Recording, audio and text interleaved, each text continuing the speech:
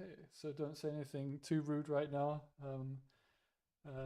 At the moment, this channel's not monetized anyway. But yeah, welcome to the stream. Actually, I probably should try and have YouTube comments open at the same time, because in the past I've been a bit lazy about reading them. So I'm only streaming right now to YouTube. And yeah, you're from one of the most beautiful areas of Germany, right? Well, I mean that it's got stiff competition. So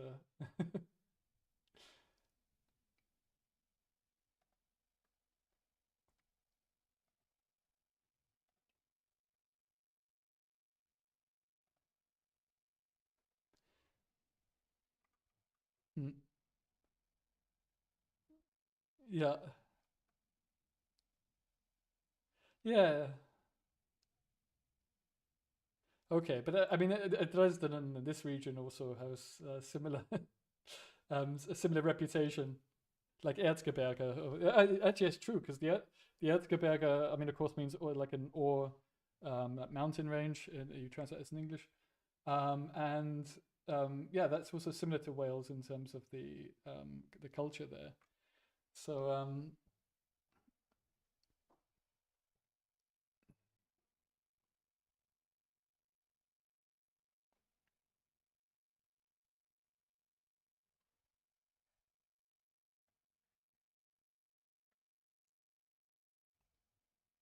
uh, wait a minute. My desktop audio is not working. I can see. And my mic volume is incredibly low. So at the moment, all the interesting things you're saying is not being heard. So I need to sort this out. I've had issues with OBS this evening. So um, yeah, let's look at properties. Device default. No, that's not what I want. Discard them. Let's just try and add a new desktop audio. Yeah. It's just showing that actually it's really good. I mean, I've done this kind of thing before, and like an hour later, 2 hours later, you realize it's not working. Um, so I can hear this. I just updated it. I think it's caused a lot of issues. I've also rebuilt the computer the past week. Um, yeah. This is. I may have to shut the stream down actually for this. Um, so yeah, I'm sorry. Yeah, exactly. They can't even hear you. They can see you, but they can't hear you. Um, yeah, like when I go to properties, it's just use. It just goes to default device, and I don't want that actually. Um, maybe the output. This. I think I know what the cause might be. Okay, talk. Hello, hello. Yeah, woo. Okay, it's working. Yeah, nice. Hello. Um, oh, yeah, I forgot you got. People should check out your YouTube channel. I know it's old stuff maybe, but you've got a really nice Very singing old. singing voice, and yeah, music is another thing that we should just chat about music for an hour or two. Hell yeah. Um, so yeah, I mean, before no one heard what you were having to say, but you're from a region like there's the smallest Bundesland, so state. Yeah. Yeah. Yeah, we were the there were actually people don't know this, but there were actually two reunifications in Germany. Mm. The one was the East Bloc, the DDR and stuff, and one was the Saarland actually. We also reunified very late with the motherland. We used to be part of France, then we used to be independent for a hot minute, and we actually had our own Olympic team, Oh which was wow. pretty funny. Yeah, we went to the Olympics in Finland in Helsinki, and we lost completely because we're like fucking whatever, how many thousands of people? We're Well, not like that you won many. by being represented. So Yeah, yeah. um, Yeah, and yeah, used to be a big coal mining area, but now we are just like trying to get into tourism because we're kind of unique because we're kind of Frenchish. Like yeah. yeah, Sometimes on weekends we're very French because But this all is the this is south of Alsace-Laurent, or was it yeah, part of this? no, it's east of Alsace-Lorraine basically. Like it's we Right. used to be Yeah. like Saar, Lower Lux, Saarland, Lorraine, and Luxembourg. That was like kind of one area. Um, uh, but it ain't anymore. And the Alsace and Lorraine was lost in some war that I can't remember. Okay. Okay. Yeah. And you're an artist, and I mean, artists can mean many things, especially in the ancient Greek context. But you're an actual artist, as I can see by this drawing behind you that I think is becoming a painting, right? Can you explain a Yeah, little bit about it? What's it? it's becoming a painting. I've painted it in inspired by our debate topic actually. Okay. It is called To Serve a Purpose, Hmm. or at least I think I'm going to try it. Well, sadly, you can't see all of it because like part of it is like overexposed apparently, But like it this actually area. adds to the image. It's like the middle Yeah, true. mouse Yeah, is holding up the sun. Yeah. yeah, it's true. But like thematically, there's like one more mouse over here, and Okay. everybody kind of reaches for it, uh, for him or her, whatever. Yeah. And they are. I think that represents my thoughts on part of my thoughts on purpose kind of well.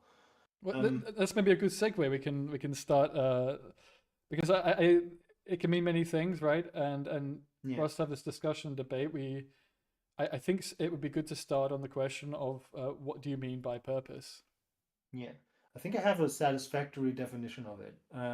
I used to, I used to be kind of weird about it. I used to be kind of like MacGyvering together a definition of it. Was like a purpose is a goal that is existentially charged and also informs your identity and also is relatively inflexible. But then I was like, Jesus Christ, that's like a mouthful. That's ridiculous. And now I have arrived at purpose is a telos that Mhm. informs your identity. I So can you think can that you is, expand for I mean for listeners and for myself because I haven't studied ancient Greek philosophy for it's going to be 20 years, not a few years time. Um, Telos, as far as I understood, was I mean we have to be careful about translation here because of course yeah, every word in even in another language that's existing today, let alone a language from the past, doesn't have exact perfect translation into a meaning in modern language. But telos was basically to have meaning, to have purpose, right? I would also differentiate meaning from purpose. So that's another kind of worms. But we you telos I translated roughly as directedness. Um, like if Okay. you're it's roughly related to aboutness. I think you must be familiar with that term probably as a philosopher. Yeah, but Uh, what I mean, telos was also, I mean, often used in outside of ancient Greek philosophy. But then it's, yeah, I think your idea of purpose. I mean, this is my physics brain coming in here. So it's a little bit like a spin, right? A spin is like basically an arrow. I mean, a lot of physics is overcomplicated. It's why people are scared of it. And an arrow in the spin in isolation, can point in any particular direction, right? Sort of. that's true. Whereas if you have an external field, it might try and encourage the spin to point in a particular direction. Yeah. And so even though it could maybe with thermal fluctuation move away from it, it always wants to move in a particular direction. And so in a sense, your description is a bit of an analogy to an external field that drives the direction of a spin. And we could be many spins, or it doesn't even have to be people, does it? It can also be an inward directedness. Like Mm. tell us I'm very liberal with it. Perhaps too liberal, who knows? Like that's on you to decide. But I think directedness can come from within. Mm. Um, uh, I have nothing against directedness. I have nothing against goals or functions or or meaning. Mm. But once they try to invade your sense of identity, like your sense of you, like who you are, that's where I start to have. That's where it starts to get creepy, in my Okay. opinion. And I want to bring that to your attention, and maybe we can be anxious together. Okay, well, it's better to be anxious together than apart, right? So, um, Yeah, there's an interesting aspect here as well. This notion of purpose being something for humans to have, as opposed to does inanimate objects have purpose? And this yeah. delineates quite nicely, and a word that you used here, and you also delineated. So I think that's quite a good thing. Between the difference between function and purpose, right? Can Yeah. you expand a little bit more on how you see that separation? So I'm differentiating a function, a goal, a use, and a and meaning. Meaning, we're probably all aware of it. It's our inner feeling of rightness, of yes, this is good, this is important, this I want this is wonderful, like connectedness to a thing. Okay, just to stop Um, you there, because meaning is a really important word, of course, in philosophy, yeah, and its of own course, I'm meaning. not Own meaning meaning. semantic meaning. Yeah, Well, exactly. So you mean yeah, here you're talking about the meaning of existential life. meaning. Yeah, the Yeah, meaning of life notion. Not to bring up Monty yeah, Python, but okay. yeah. So you're Too late. saying yeah, it's like I'm already thinking about the meaning of life or the meaning of death, as they sing at the end. Both are needed for there to be any meaning of either term. Um, so we were separating away from this notion of like the meaning within language, and we're Yeah, talking about. I would say, in many respects, it's often synonymous with the term purpose. What's your purpose in life? What's your meaning in life? They're mhm. often used in the same way together. Would you agree with this? Yeah. That's true. That's true. I think I've kind of like an elitist view on this. I think people just use it wrong. Uh, that's my opinion. It's like, of course, meaning is derived from how people use a word. I get that, but I think there's a better semantics. There's a better way to use the words. We're kind of like we kind of fucking up a little bit of our semantic real estate when we muddle them together like that. Okay, but yeah, I mean, just to rather than saying it being used wrongly in this sense, I think what you're suggesting is it is used subtly and sometimes in a meaningfully different way, and we should look at when people choose to use it in that different way as to what that brings to the table in terms of further understanding. So Yeah. when people are using it wrongly, it's not that everyone is, it's that it's often too overgeneralized. I'm really guilty of this. So my first Yeah. language is English, right? And my Yeah. partner, she's German. So sometimes when she asks the meaning of a word, I'll give my understanding from its use that I've used it. And sometimes the frequency I've used it is like once every 2 years at most. And then when we go to look in, even though definitions in dictionaries are not the be all and end all, of course, it goes to an Augustinian model of language. Um, Nevertheless, it surprises me by how vague my understanding of its use was. And Yeah. perhaps that I'm not really using it in the way that a lot of other people are using it. So even though use is the ultimate decider, really in a meaningful way of meaning, not to be self-referential, but Oh God. in a useful way, but then you're going to Yeah. use. Um, it's one of the most effective models of meaning. Let's put it that way. Yeah. Um, That's Even then, that you have sometimes it's used in different ways, and Wittgenstein would bring up the notion of language games potentially at this point. And you're saying that there are some language games, if we want to abuse this terminology, in which some people are using the purpose and meaning in a slightly different way, and this brings meaning to the table. yeah. It makes more things possible. You know how in 1984 or actually I'm sorry 1984, yeah, the Mm-hmm. Orwell novel, how the Bureau of whatever the fuck, uh, Bureau of Truth Mm. is trying to get everybody to speak a very easy language, to very simplified language, how they Mm. try to cut words down and how they try to get like as parsimonious, like double plus good, Mm. like they try to erase as many words from the thing as possible in order to make them like to shitify everything. Mm. I think I'm trying to do like kind of the opposite. I'm trying to make uh, open up some nuances in the language. I'm speaking as if I'm the first one to make these distinctions. I'm not. Okay, like these are not Indeed, like yeah. my yeah But I understand. I mean, you don't come across as arrogant. What you're saying is that you're yeah trying to be one of these people that maintains a breadth of yeah use in language, yeah um, and appeals to the nuances of meaning rather than oversimplifying, overgeneralizing. Which, as I say, I think we're yeah all can be guilty of, and I've certainly caught myself doing this myself. So, in that so vein, can you then delineate yeah the differences in okay use of purpose and of meaning? yeah let me there's like several axes here. Like I think um I'm all of these are telos. Okay, like function, meaning. There's a little bit of poetic license in calling that telos, but I think it is, or you can conceptualize it as such. And a goal. Um, a goal is also telos. That's the first thing you think of when you think telos. It's like an arrow. It's pointing at something in the distance, and that's your goal. Mm. A function like kind of pushes you from behind. It's also a telos though. Like it directs you towards maybe not a definite end, but still in a direction.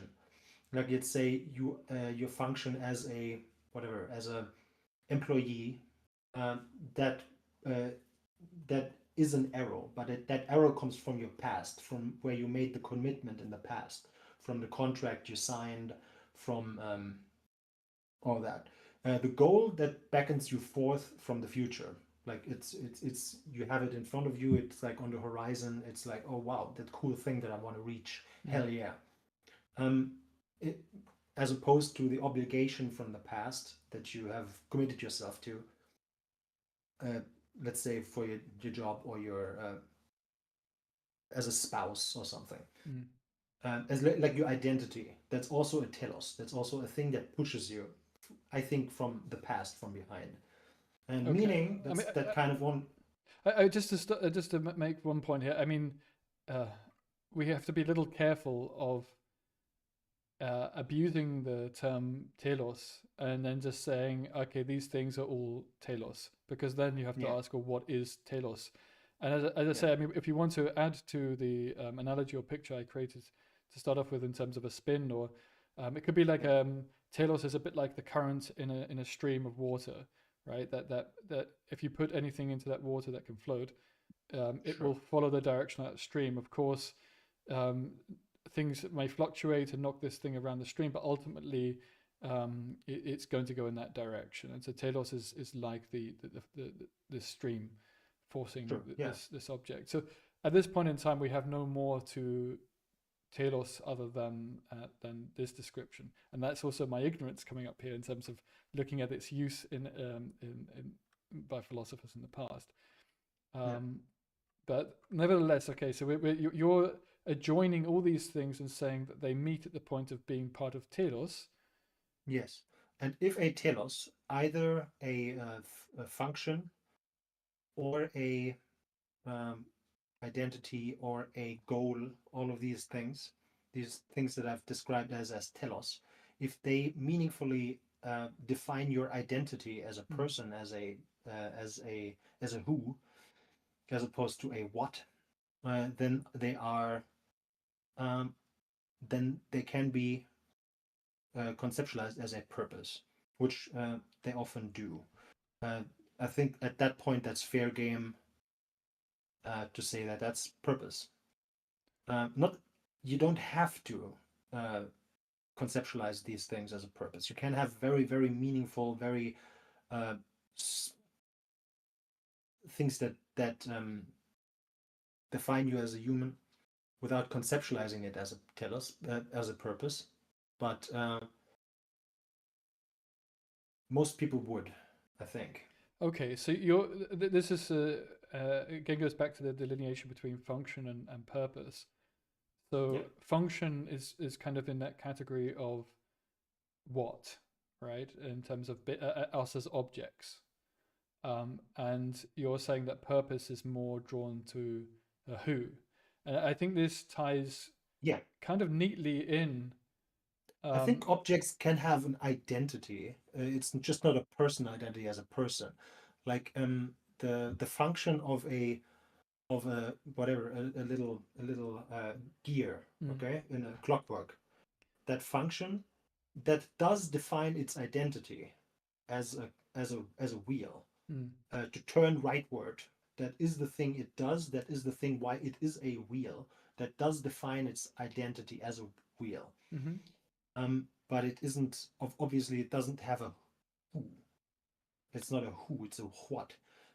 But the problem doesn't come in. My problem with purpose doesn't arrive until we have a who. Yes, exactly.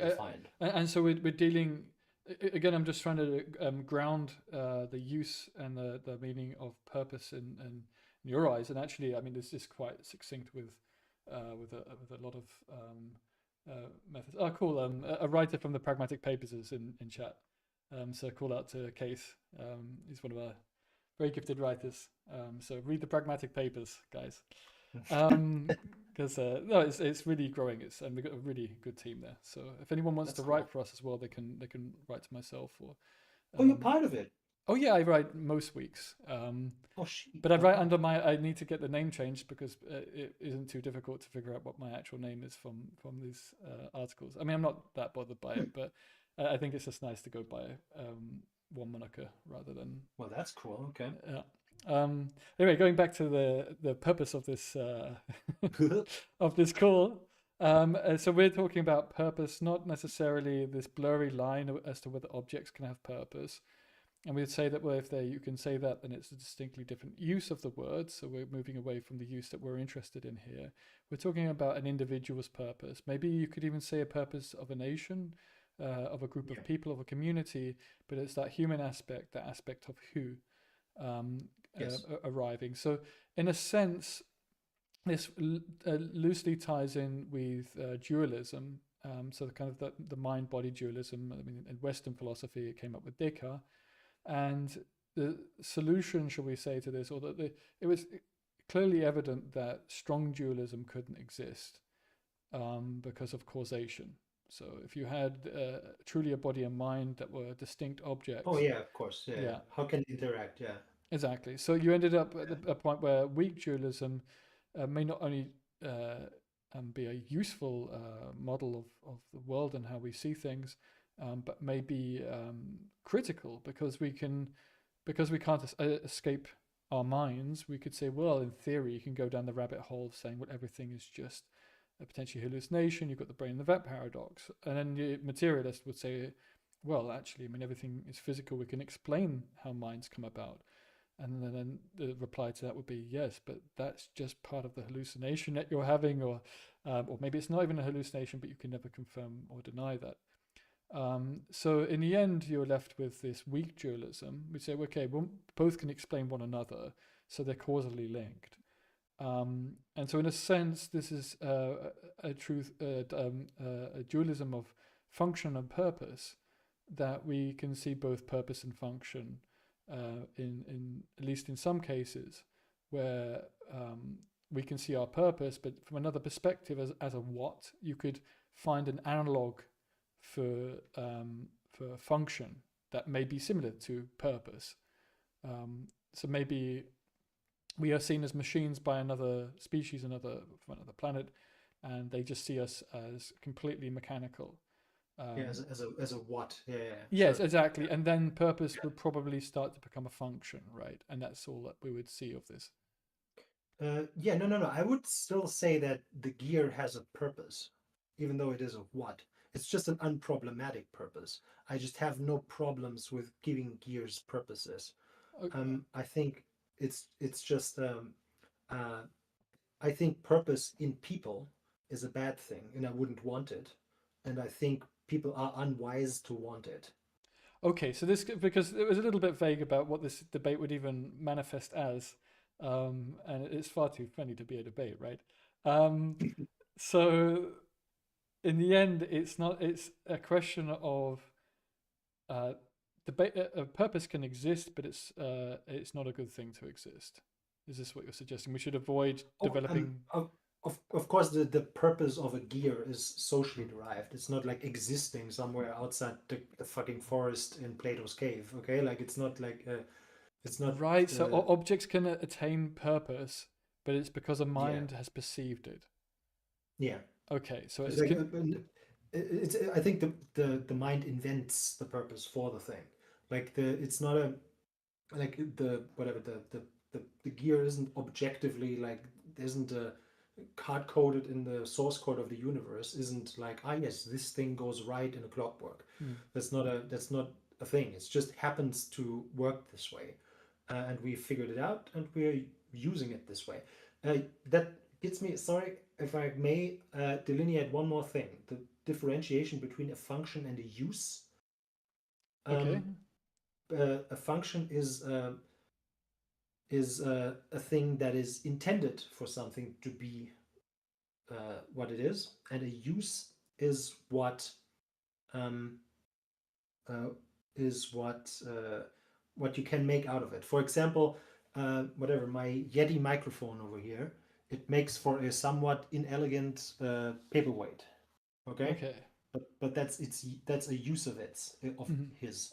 of them of it. It's not its function, um, and the on the level of people, this gear has a function. It's definitely intended to go like right so the clockwork can turn. But on the level of the cosmos, the thing only has everything only has uses. That's Okay. So all it just it's it's uses all the way down. you Yeah. appreciate this analogy. So it's a little bit like um, how you bend strings on a guitar. The guitar originally had the function not to have strings bent, but then we discovered this and it became a use. Yeah. And so now guitars maybe are designed, with the gauge strings to be easier to bend, but so it's become a function. So sometimes functions maybe emerge out of the uses that are discovered of Yeah. objects, and so Exactly. there's an Yeah. evolutionary process going on there. It's quite Yeah. I quite like that actually. So function is about being intentional. So I mean, for Yeah. example, often in music I like to improvise, so it's often about finding uses for notes as opposed to the Yeah. functions of them in the piece. Yeah. Right. Yeah. That's a good thought. Yeah. Um, in biology, you have the term acceptation as opposed to adaptation. Acceptation is when a organism or when in its evolutionary history, Mm. um, the use of a structure or a phenotype Hmm. switches into something else. Like it was used as something like this before, and now it's used as something like that. The go-to example is the flagellum of the bacterium. Hmm. Creationists used to be like all up in this thing, like oh shit, wow, it's Mm. so specifically structured towards this. Well, okay, well, it wasn't always used as this. That's the point. Hmm. Um, it was used as like an injection needle at one point, where like the thing injected its DNA into Okay, but other cells. so you actually, just to clarify here, so in a sense, the functions of an object are a subset of uses. Yeah, I Yeah. think so. Yeah, Okay, so it's not that the they're intended use, I think. Yeah, exactly. Yeah. Okay. yeah. It's interesting you bring up bacterial motion. I'm about to start a project with another researcher in my institute. Oh, Because cool. I work in theoretical physics, statistical physics, so lots of little things moving around. So that could be gases in a particle accelerator, or it could be spins, which could be your neurons in your brain. It could be birds. But another thing that we can look at is the motion of bacteria and then how they communicate, which is super, super interesting and actually relates to what you're saying. So generally, I think there are probably other types of bacteria. I'm not a biologist. I'm someone that just abuses the models so that I can do physics on them. Bacteria communicate indirectly through gradients of chemicals which they're consuming. And so, Yeah, if there's another bacteria nearby, it will consume this chemical, which is their food. And by doing so, they change the gradient so that it becomes a lower density in that area. And a lot of bacteria have what's called a run and tumble motion. So they tumble, which is basically randomly orientate, and then they run, which is a straight line, very deterministic.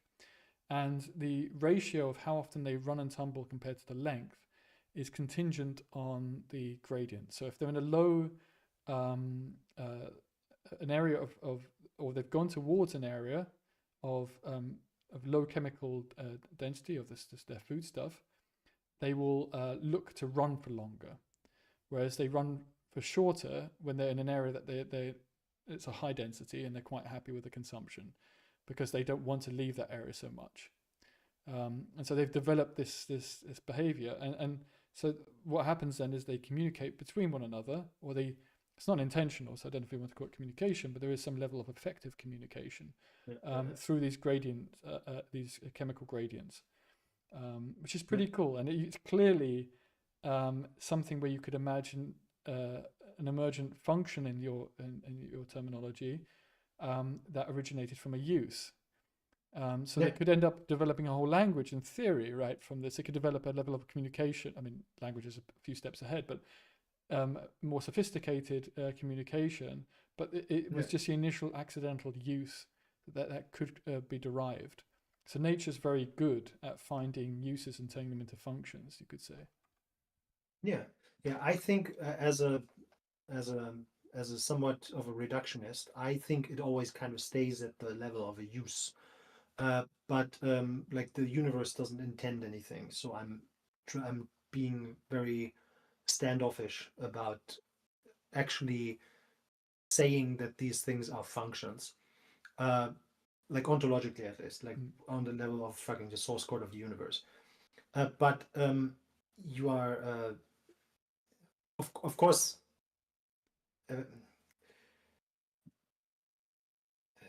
Sorry, my brain just fucking shut off. Happens to us all. It's fine. Yeah. Yeah, I'm just a little bit standoffish as to tell as to I'm an optimistic nihilist, I would say. Okay. I think that there is no purpose, there is no function on the level of the universe. It doesn't want us to do anything. Nothing inherently means anything, and I think that's good news, and I think that's nice. Okay. And I think I would regret having been born if the fucking thing we are living through is some sort of fucking theme park or some sort of narrative spun by something. I think that's an ugly thought. That's not a nice thought. It may have been a nice thought, but it's hard. It's certainly not really possible at this point to disprove, right? So this is the brain in the vat paradox, that this could all be some simulation. We never actually grasp what's going on, and we wouldn't know about it because our brain is in some vat and we're plugged into something. Sure. Right?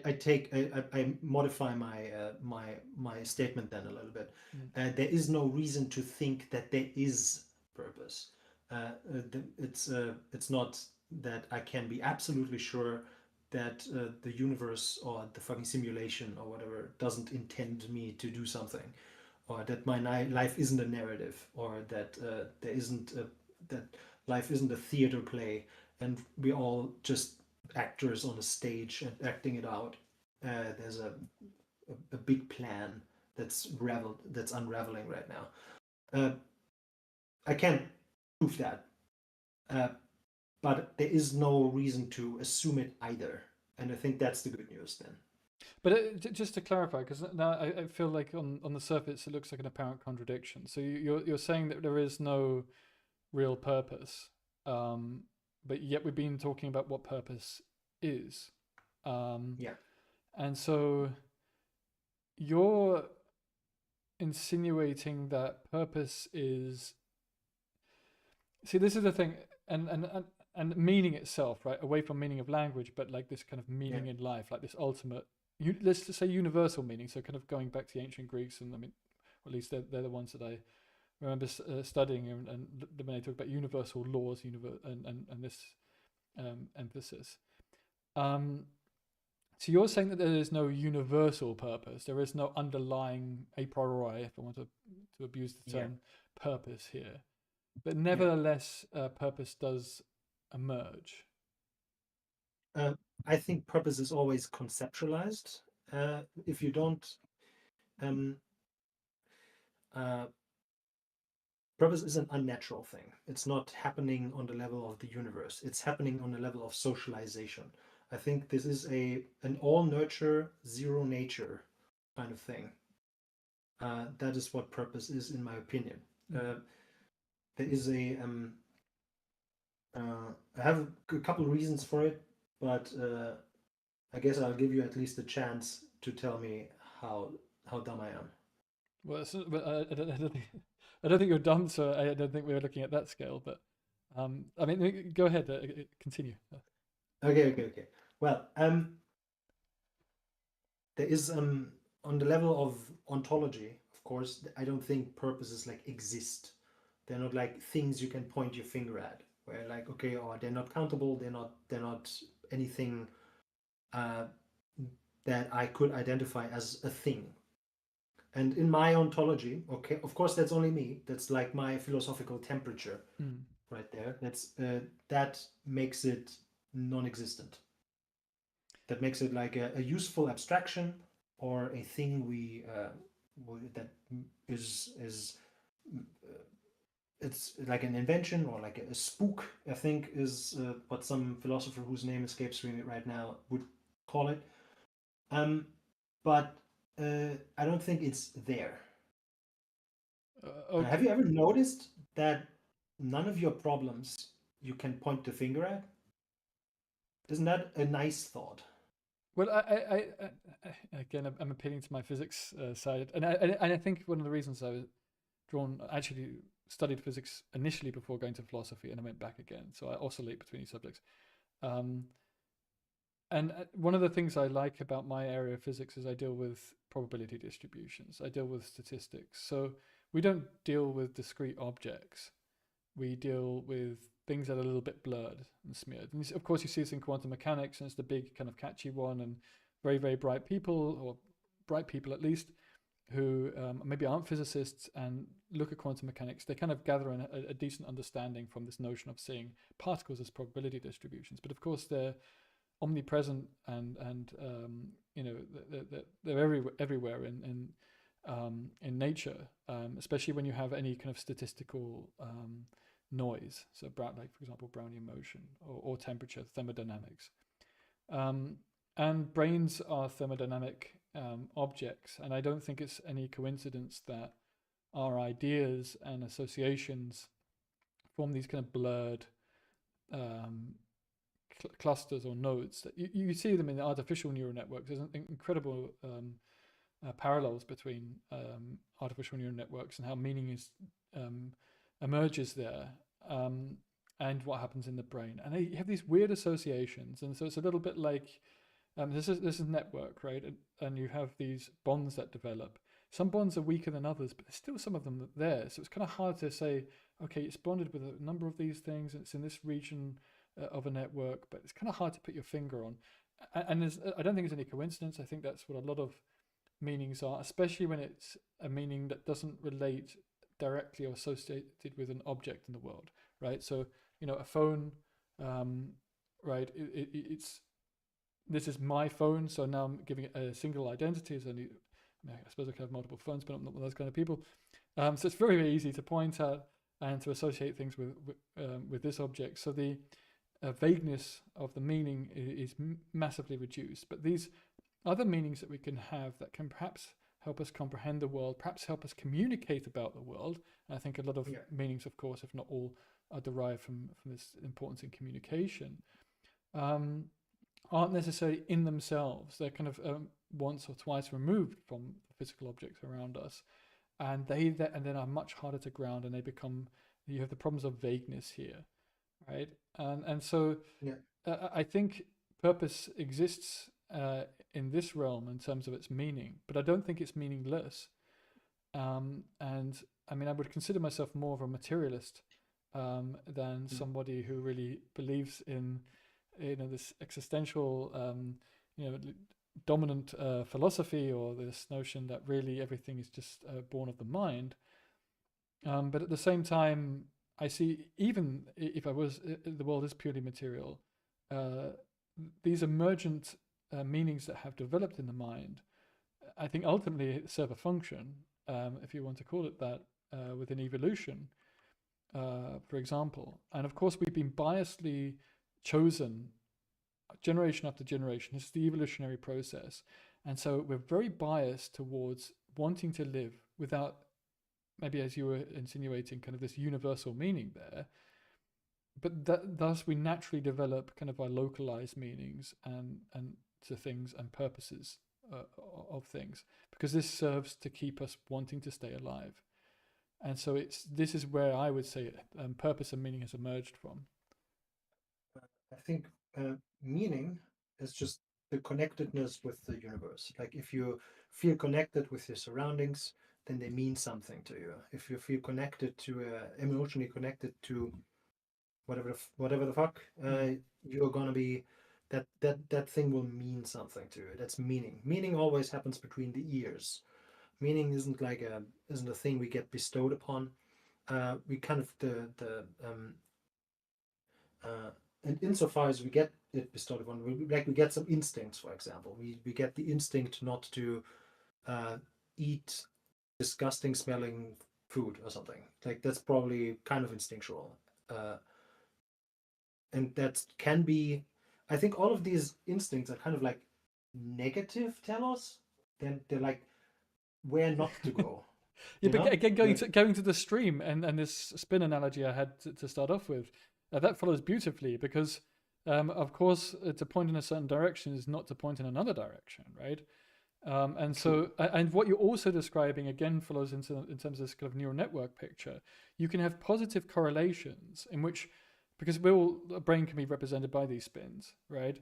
And so one spin can want to align with the other. So whatever state this spin is in, the other spin will try and follow it. But you can have anti-alignment as well. So a negative correlation, where whichever spin this is pointing in, this other spin will point in the opposite direction. We have this in politics, right? I don't trust Trump at all. I think he's, pure evil. And so generally my nature is when he says something about the world, I'll assume the opposite. And when he assumes a certain politics, I will question that politics. Now, not to say that you should just follow this anti-alignment with individuals, but I have developed this negative correlation with an individual. So this is another synonym here, I think, in more common day use is association, right? Yeah. So in a sense, meaning is about it's some association you've developed with the objects. Yeah, like feeling connected to it somehow. As long as you feel connected to it somehow, it'll mean something to you, even if it's like very little. Sorry, I'm slightly derailed. Wait a second. So yeah, I think purpose is a useful abstraction. Like it's actually not a useful abstraction. It's just an abstraction. People think it's useful, but they're wrong. I'm sorry to say. At least according to my somewhat quixotic way of thinking about these things. What we have here a little bit also is like a kind of a divide between analytic philosophy and continental philosophy. Like I'm trying to speak a little bit in pictures and kind of like I'm trying to dance my name into like reality right now, and you're like very so continental philosophy was like my first love, and then analytic philosophy became it for a hot minute, and now I'm like rebounding right now. I'm okay, like back to the continental philosophy. I have negative associations with those during my degree who went down the route of continental philosophy and the whole raging Heidegger bouts. But okay, let's not go too far down that one. But it is, I think you're right, and this goes back to this materialist, non-materialist divide, right? Because you'd say that the analytical philosophers are more in the direction of materialists, and this is a bit of a vague. I think it's a useful kind of simplification, right? And then you have the continental philosophers who are, they go more towards the mind and not just perception in terms of the biological perception, but in terms of this creation of things that are meaningful around us. In terms of associations, but I am more towards, I guess, being analytic, and so I can't help but frame all these things and dress them up in analytic language. So No, that's fine. I'm not chastising you for it. I'm just saying there's like well, you're welcome to. a difference in dialect. You know, like there's a Yes, which yeah, we can that's a good, yeah really good. Because sometimes they're saying effectively the same thing, right? yeah It's just they're just different, words that are being used in that position. And I like the Wittgensteinian model of language. I don't think it's particularly original. I just think he was good at describing it. And so, of course, so yeah. different words can have similar uses, and so in that sense, they can have similar meanings. And effectively, you can say in some cases they have the same meaning in a specific use case, and so they can function this way. So you're saying And let's just kind of round with this notion up now. So there is no universal purpose. This is something we yeah both very much, I think, agree on, or at least it could never be perceived even if it existed. I would put that little footnote there. Um, yeah and then we're discussing, okay, this purpose that forgive me for saying, but I would say has emerged in the mhm, human psyche. yeah Um, and then is the discussion as to whether it's a good thing. And you're saying it's not a good thing and we can live without it. yeah. Uh, I'm being a tad more aggressive and saying I think we should. No, actually, I'm taking it back. I'm not going that we should live without it. That's a bit too harsh. Um, I think it. I think as a heuristic, I would say it would be good for you to live without it, but I'm not gonna turn it into like a prescription. Um, uh, I'm trying to. Yeah, I think. Yeah, I think that's. I think I'm trying to stay on that tightrope here. Yeah. So maybe let's step down from saying something so Yeah. discreet in this respect, but you'd say Yeah. often a purpose is to we may have too much attachment to purpose. Is this perhaps Yeah. something you would agree with? If you have too much, if you have your identity and your existential well-being all muddled up and all twisted up in a goal or in a identity Hmm. or in a some sort of a telos, some sort of directedness um, towards something or in a certain direction, then I think you are that's unwise. I think for a couple of reasons. You are taking away from the authenticness of your action, authenticity of your action. Sorry, authenticness. Jesus Christ, I hate it. Um, the authenticity of your actions, and you are also kind of you are giving away real estate, um, your autonomy, and some reason you're trying to flee from the cruel intimacy of decision making by having this real broad um, you're conceptualizing it as a must. You're not conceptualizing as a have to or could be.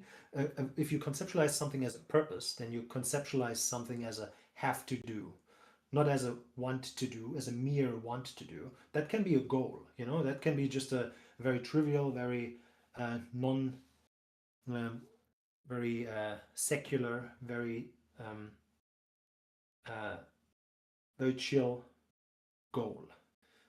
But if you conceptualize something as a purpose, you conceptualize it as a thing you have to do. And the question is, um, who wants to have to do things? Uh, like if you listen to the average person, Yeah, like, but not oh my everything that we God, want to do is necessarily a good thing that we do those things, right? Sometimes it's good to that's do true. something even Yeah, if you don't want to, right?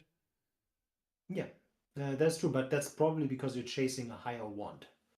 Like, there's you're chasing another want that's behind the thing you're Yeah, currently at some not. point you want to be satisfied. I mean, to use the term want, but satisfaction is key at some point in an action.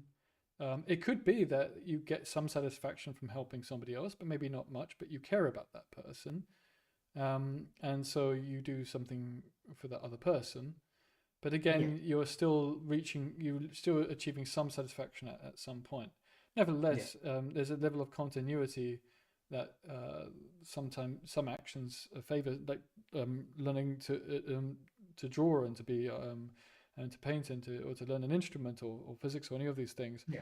It takes those days where we say, okay, I really don't want to do this right now, but it would be good to do it for this bigger picture. And so it's not that you're saying, for the want behind the thing that's kind of shitty right now.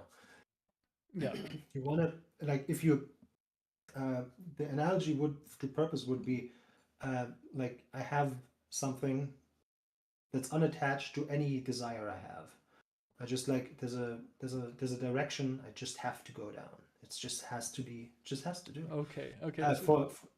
If otherwise, I think it's kind of a cheesy move to just say that. Like none of these things you mentioned, like learning a guitar, learning an instrument, learning a language, being whatever, going through all the nettles, would be bettered, would be improved by conceptualizing them as things you merely have to do because you've conceptualized these things as purposes. Learning a guitar is my purpose now. Sorry, you're taken away from the authenticity of learning the thing itself. Learning the thing, like it's no longer kind of you that is learning the guitar. It's kind of a centaur, like a weird hybrid creature of you and your obligations. Like it's not when I ask you what you want to do. Oh, if I ask you, do you learn the guitar because you want to do or because you feel you have to do? You wouldn't be able to answer me anymore. Well, I have. I mean, I'm going to be anecdotal in a minute if I'm not careful, because some of this is treading on ground that has, and I agree. This does link very strongly with identity. So at one point in my life, I would have said I felt a sense of, and I'm going to use the term purpose here because it's relatively synonymous, and I think it's the use in which you're referring to. I felt like my purpose was to be a musician. Okay, so I identified with being a musician. Certainly during my school years, I was seen as the guitarist, and a person who gives away CDs of his albums at school, and I enjoyed it for a long time during my childhood. But at some point, I was scared of losing it, and I effectively did and have, to many respects, lost it. And for a long time, I chased being a musician, even though I didn't have really any motivational drive to be a musician anymore. But the idea that there would be some satisfaction in the future never came. And I don't know whether that is because I just didn't try long enough, or sometimes you just don't know whether it comes. So ignoring what I wanted to do, I'm not saying that that's always a bad thing. And this goes into my perspective of your notion of purpose here, but I think it closely aligns with how a lot of people use the term. But that sometimes it is good to ignore what you want in that moment for a bigger picture. But you have to be careful, because the bigger the picture is, the more hazy it becomes. And so at some point you can find yourself doing lots of things you don't want to do and no satisfaction at the end of it. And I think, so looking at this analogy of the stream or of this external field and aligning of spins, we have to be very careful about, because in a sense we have this ability to choose what the purpose is that we see, and ignoring this fact I think is very dangerous. So I have to be that, there's no questions asked. It links closely with the point that we both agree that there is no universal purpose, right? So what is purpose? There is this kind of draw and this magnetism towards a certain trajectory. But we can also shape that over time. We can shape that by trying new things, by exploring new things, by being open to the fact that we can develop new habits, because I think also it ties in with habit formation. But nevertheless, there is a sense of purpose because I think a sense of purpose is really what we're referring to here, in which it can be something guiding over a short to medium term to satisfy the bigger picture. But if you that we if you can change. We can change over time. It's not fixed for our lifetime. I yeah, still think that that can be a purpose. um, if you went into like your conceptualization of the thing as your purpose by saying, well, this will be my purpose for a while, Mm. I think that takes away from. I think you're stretching the word purpose there a little bit. I think a purpose is a very greedy, jealous concept. It wants you for itself. You can't have, for example, a bunch of purposes. Like they take away from each other.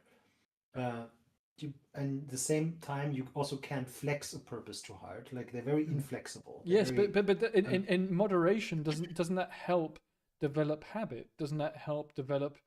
For example, I went to the gym today.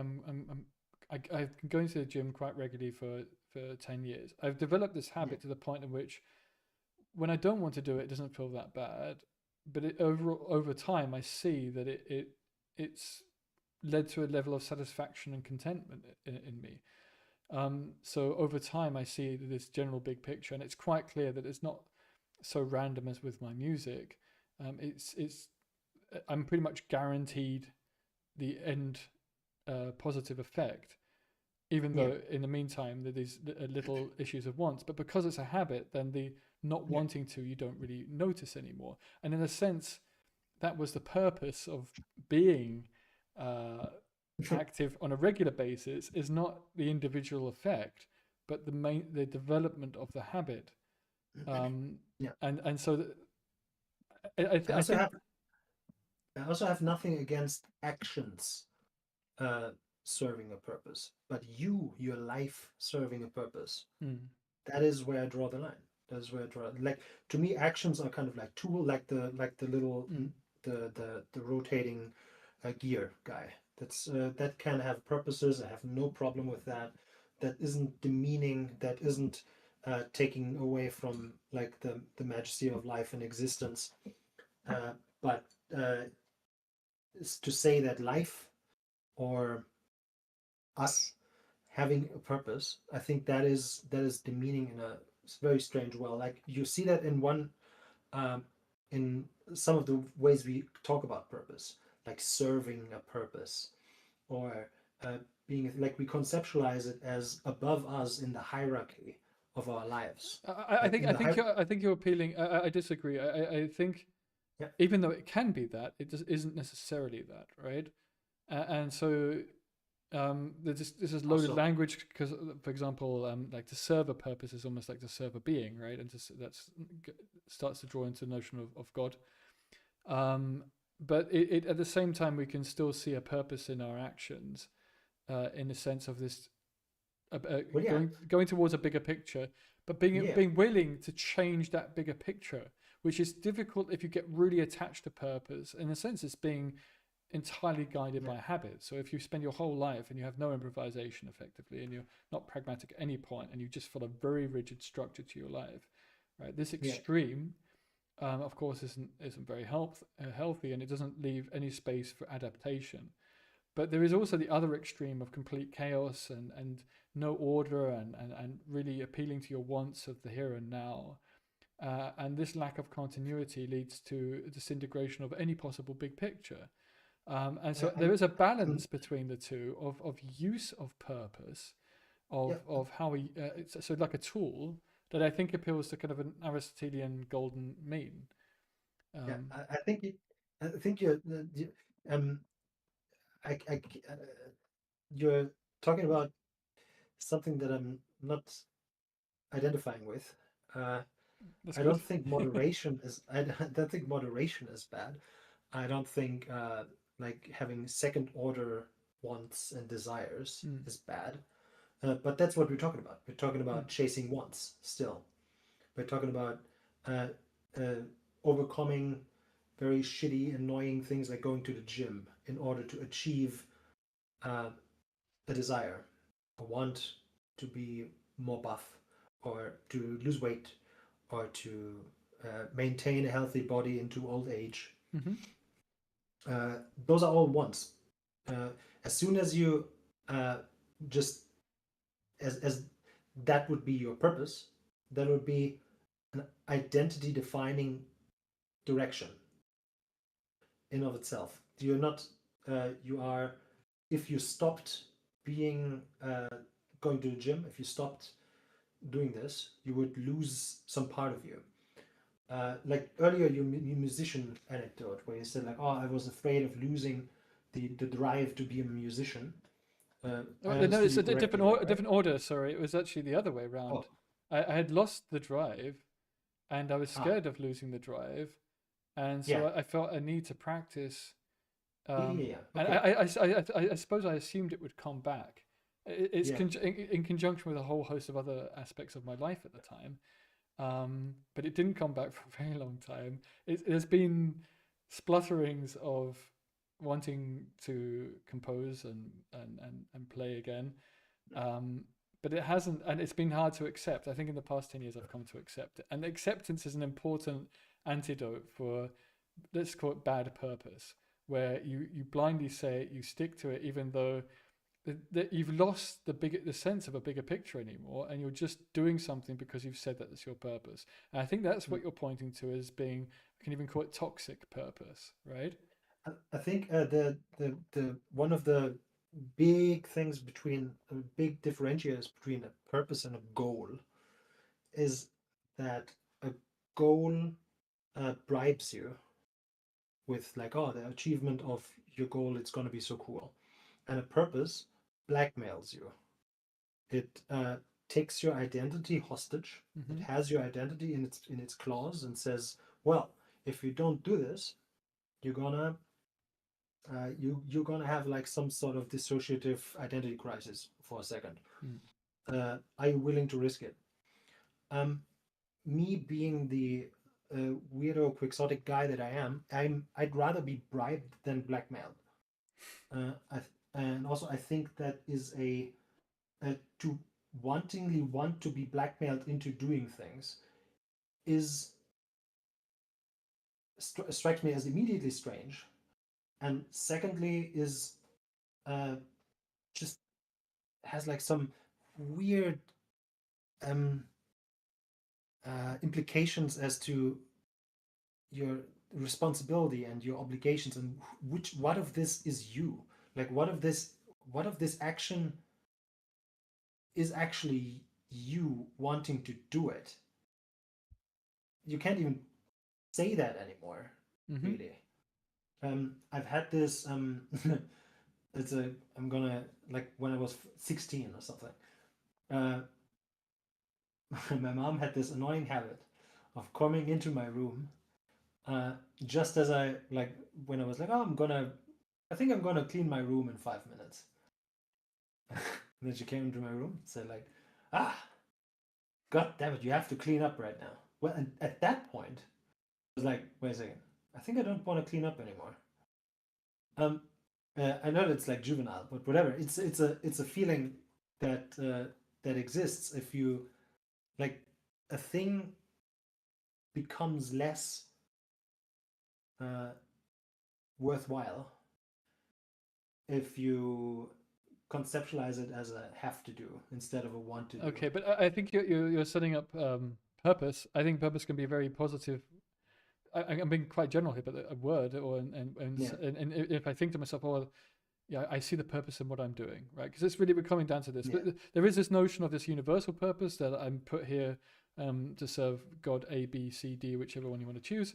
But we're not talking Mhm. about that. We both entirely agree that this is a nonsensical way of thinking or framing the universe and the world. We're talking Okay. now. We are talking now about the purposes that we see a purpose in doing a certain action, and it's to maintain part of our identity. So this very closely knitted with identity. You've brought this up multiple times. Yeah. But I think sometimes um, a purpose can actually be a positive thing, and it is about serving these habits. So you've given a negative association with a purpose, Mm. but Yeah. Yeah. I needn't think it be that way. And I think a goal can be part of a bigger. A purpose is more about habit, as much as anything else. Goals are more of a finite time thing. Purposes are about something Yeah. that's been done regularly or regularly uh, that we go back to. So I don't think that it necessarily has to be the blackmailing form. I think that you've chosen to delineate goal as the good thing and purpose as the bad thing, but then Yeah. I think I don't think that necessarily is the case. And I think about the formation of habit, a bit like your mother trying to get you to learn to tidy up.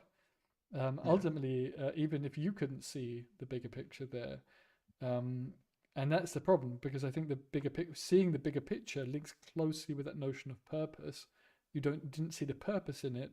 Is synonymous with, in this case, with saying you didn't see the bigger picture here. It's a great example of why purpose can be such a positive thing. Because if you did see the bigger picture, you would have been thanking your mother for developing these good habits so that you didn't have to overthink about cleaning up and tidying up. Although I'll be understanding with you if you were painting or playing music at the time and there was something that was a greater priority at some maybe. Yeah. Um, but nevertheless, the formation of these habits can lead to more positive things. We may not even put our finger on, right? We don't see the mess on the floor and necessarily think, oh, that's making me unhappy. I really want to Mm. not have the mess on the floor. Maybe you don't care about it, but it nevertheless may still have an effect on you, even if you don't recognize it, right? And so the Yeah. often things that serve purposes can be addressing issues like those, but not even in Mm. that case. Sometimes it is simply the bigger picture, and you do see the purpose in practicing your scales because when you go to improvise and play with people, perhaps you've noticed that it's improved your playing, despite the fact that you really want to do those things. So I still think Yeah. they are serving a purpose, and using the term to serve, as you pointed to before, which has some kind of negative association. But I still think in that context, purpose is a good thing, and it's a question of going back to what I said before about moderation of purpose, of use of purpose. So leaving Yeah. enough flexibility in there and a willingness, and this goes back to the identity thing, and I think this is a key point. The willingness not to see your identity as entirely fixed, and that you may have to drop an ambition or a sense of what you identify with over time, simply because it's that you're just not getting much satisfaction from it. It's becoming this blackmailing example of fearing not doing something, fearing not identifying with Yeah. something, and who you will be Yeah. afterwards. I think that's a key point, but that's not necessarily to do with purpose. I mean, it's an abusive use of purpose. That's to do with a bad relationship with identity, and I this is almost more have. about identity actually, I think, than purpose Yeah. now. So I've formed plenty of habits in my life. I think rarely have I formed a habit by like like by acquiring a fucking a purpose for my life or something. That's not usually how people form habits either. That can be like, but that's like almost like as a side project. Like uh you would for example, let's say you wanted to have a habit to go to the gym or something. Mm-hmm. That isn't like you don't usually do that by like first and foremost conceptualizing getting ripped as your life's purpose This is about sports psychology. I mean, and I'm not talking about just or something. in sports, Anything but really. I've learned. I don't know if you know this, but I've done these really long distance bike rides, right? Thousands of You told me, kilometers. yeah, yeah. Yep. And so, um, yeah, during these rides, and also I worked in farming, right? I spent 2 years working winter farming, which is really harsh, working in snow, picking the rosenkohl, the Brussels sprouts, um, Yeah, yeah. and forming camaraderie with people on the farm. Mhm. And yeah, there was an aspect of not thinking. You shouldn't start the day thinking about the end of the day. You should be thinking about your next hour and small steps. Yeah, And sports psychologists have looked quite deeply into this as a really key thing to yeah, do to keep yourself motivated, to look at stages. And I do that to this day when I'm doing yeah, cardiovascular exercise in particular. So I think there's a good point that's about the a positive psychology that can help develop yourself or can lead to greater goals. You don't look at the bigger goal very often. You look at the small steps in between, and you get more satisfaction from that. Um, yeah, but again, this is about a positive. Um, This is about stress management. This is about identity. I still don't think this is necessarily. I think you've got a critique of purpose, but you're really picking on the the bad cases rather than. And also, there's Yeah, this delineation. I mean, you went back to this about saying you don't see yourself. It's not about us having a purpose, and I think we agree because that would only be set by the universe, God, or whatever. Maybe in the yeah, future we discover evidence. I mean, I don't know if you know of Pauli's argument, the physicist. I mean, maybe I'm biased, but he was talking about the probability of there being a God and of certain actions of the universe being in a certain way, and if that was highly improbable, the universe would be this way, then that could be considered evidence for God. It's yeah, loosely fitting, but one way or another, we both agree that I think that we don't have a purpose, yeah. right? I think the desire for purpose is like is a weird mixture of uh um it's very normal, okay, but Mm. I think it is socialized mostly. I think the the boy who grew up with wolves isn't thinking a Mm. lot about like his life's purpose. The Bronze Age tribe who's chock full with short-term goals that they have to achieve until sundown or they will starve. They're also not they're also not very occupied with purpose. There's no there. Mm. I think it's an unnatural desire that has just been socialized into us. When I hear um, phrases like, well, purpose helps you keep motivated. Well, what I'm thinking, motivated to do what? Well, to finish my projects. Well, what do I value more? Like myself or my projects? And I do value myself more. And I think everybody should value themselves higher than their projects. I think as soon as you value your projects higher than yourself, you have there's some spooky Lovecraftian shit is creeping in But at I that point. mean, sorry, but we have to be also very careful about um, perhaps learning something about ourselves and then thinking this is applicable to every person and Well, personality. yeah, So I yeah, think, and I find myself doing. I do this. I mean, it's like a common habit. Maybe it's a bad habit, but I think if you're aware of it, where you see something of a similarity in somebody else's character, and so therefore you start to assume, oh, that's we're alike, and therefore I like this thing, so you should like this. This, you like cheese, and yeah, you have a similar taste, so I'm assuming that you like cheese, which can be helpful. But if we do it in a too general way, oh, there's a lot of people that like cheese, so everybody likes cheese. yeah, We have to.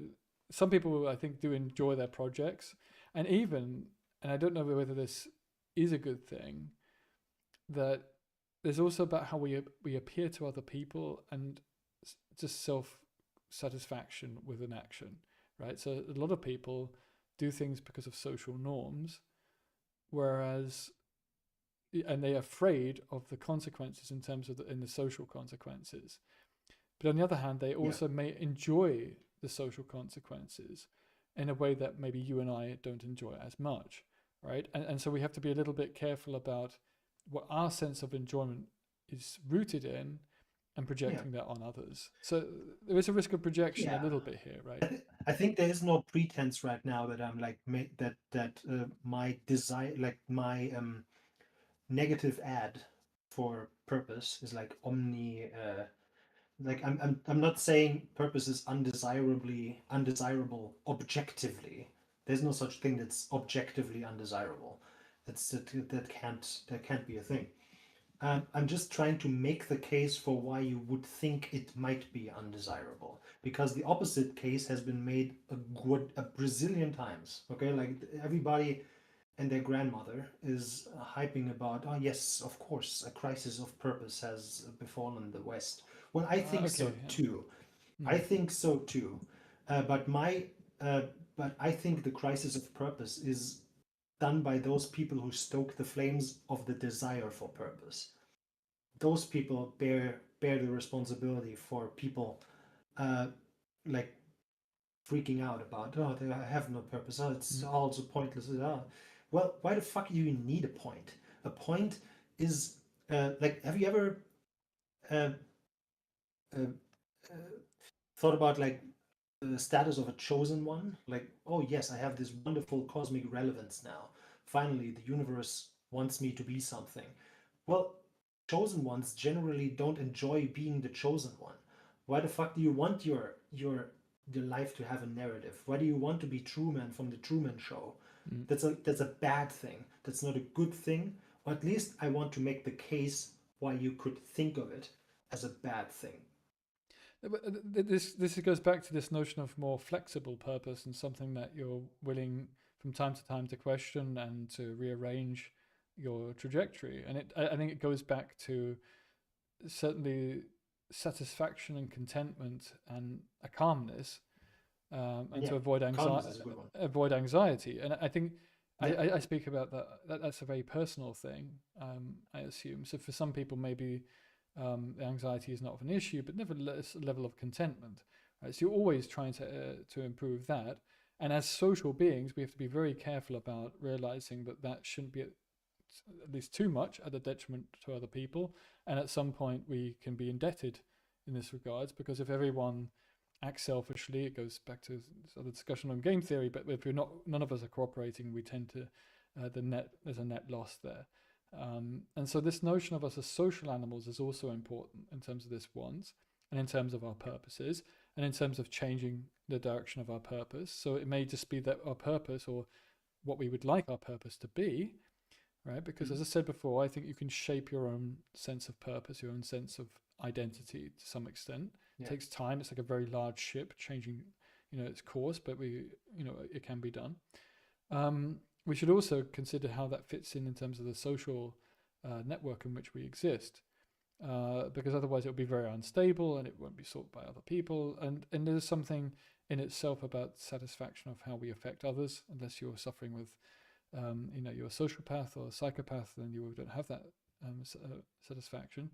But for the normal person, this is something that should also be regarded.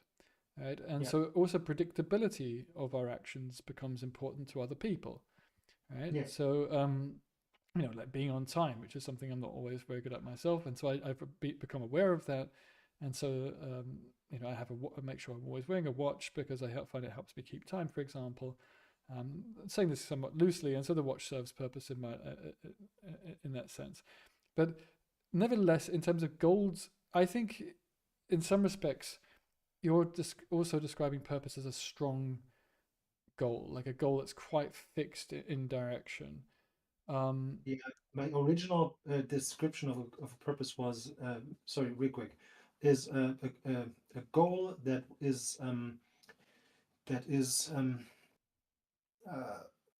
existentially charged, that defines your identity, and that is relatively inflexible. But it can also be a function. That's what I realized halfway through. So it's not necessarily a goal. You can have a purpose with, like, a goal always has an end state, like when the thing you try to achieve. Okay, this is But some purposes don't have that. Like you can have a purpose, whatever, to represent, to follow the ways of the Lord or something. Okay, like to, and that is open ended. That's like not a distinct goal that you try to achieve. So I ditched that at one point. It's not, purpose isn't a goal. It can be a goal, but it doesn't have to be. Yeah. I think it's actually quite nice to delineate it from goal here and said actually it never is a goal. It's this notion of being open ended. It's a bit like a goal, but with being open ended, and could be assumed. And this is, I think, where we're going to both agree, that it's permanent, that you leave it fixed, that it's something that you don't touch. Whereas I think you can recognize the importance of purpose, importance of, for example, of giving yourself a deadline of doing something. I mean, once you've got a deadline, it's a goal, but you know that there's going to be another deadline after that. It's not just, so it could be a set of goals, repeated goals, right? Could be purposeful, right? And this may be to serve part of your identity. So, for example, me doing this doctorate in physics, which I question on an almost daily basis. And I see a purpose in why I'm doing the PhD, because I actually enjoy developing that part of my mind. And I must be honest, and it would be stupid to ignore this and pretend it doesn't exist. I like an aspect of the status it gives me. I also like the level of communication it gives me with other people. And I recognize this when I was watching the Destiny debate. And he was clearly so well researched in the topic. And I felt a little bit of, oh, I really should. There's some things there to study and learn, because you can have far more in-depth conversations, right? And so to do that, you need to do it on a regular basis. There is no end point. It's a bit like us as moral beings, right? And that's another interesting, perhaps one purpose we should have generally is to be fairly moral, right? And in that, it takes maintenance. I don't know if you've ever experienced this in life. You've improved your habits, you've improved how you treat other people, and then it goes backwards, because you get to that point and you start to become a bit lazy or a bit apathetic. Not apathetic, but you just think, oh, I'm there. Oh, I've really achieved something here. And in that sense, you forget the maintenance required to stay at that place, right? And that is a sense then of something being repeated. It goes in this direction of there being a purpose in your life, right? You don't think that that a purpose can ever be a goal? Like no goal can be conceptualized as a purpose? Well, a goal can serve a purpose, but a purpose doesn't serve a goal. No. Be a purpose. Be a purpose. Be synonymous with one. Well, yeah, to have like a goal as your purpose. Like my purpose in life is to achieve this. I think that's. Well, that's. I think we both agree that's potentially very dangerous, because if you achieve this, it happens to a lot of sports people. It's not. I'm fine. I'm fine with it conceptually, because I think purpose isn't really a good thing. I think purpose doesn't fulfill you. I had a very nice picture of it at one point. Purpose doesn't fulfill you like rain fills a rain puddle, but it fills you like a hand fills a hand puppet. It's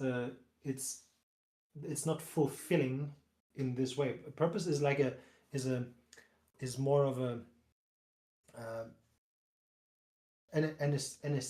aesthetic, not an aesthetic, but an anesthetic, a thing that that numbs you, a thing that how about removes this? you, a thing that kind of removes you from the equation. Sorry, there you go. A lot of people can have a negative relationship with forming a purpose in life.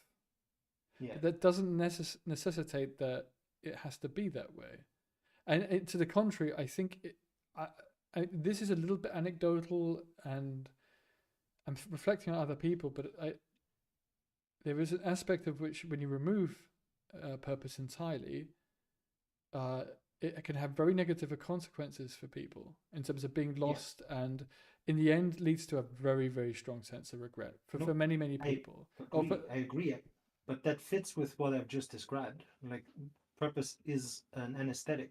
You're kind of high on morphine or low on morphine. But again, you're building a bit of a straw man argument here, because it can be like that, but it doesn't necessitate that. It can be the opposite. It can keep you alive and driven, and the absence of it can be a sense of apathy and no purpose. And to go back to a point, I mean, that you describe yourself as an optimistic nihilist, right? I think there's a real risk. I mean, humans aren't necessarily driven in life, and it is easy for us to fall into a position of not seeing any purpose or meaning in life.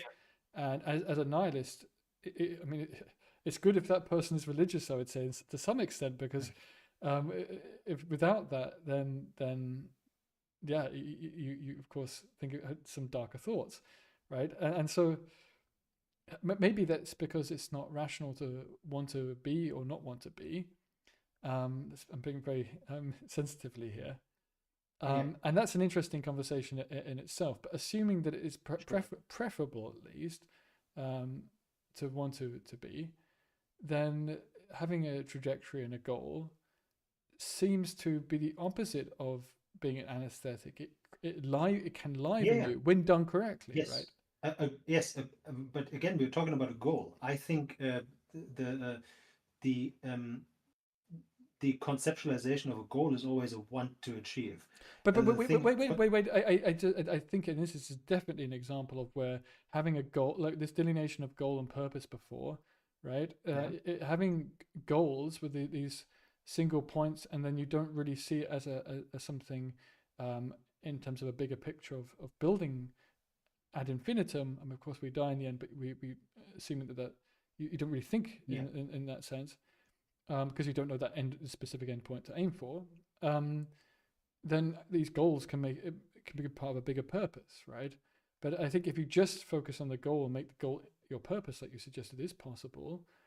This can lead to very serious issues. That, as I say, with sports people, this is really difficult because they do have this endpoint that's not the end of their life, and they've achieved those goals, and those goals no longer serve the purpose of other things they can do later in life, and so they're left unless they just enjoy the sport and they can just taper off and do it lighter later on.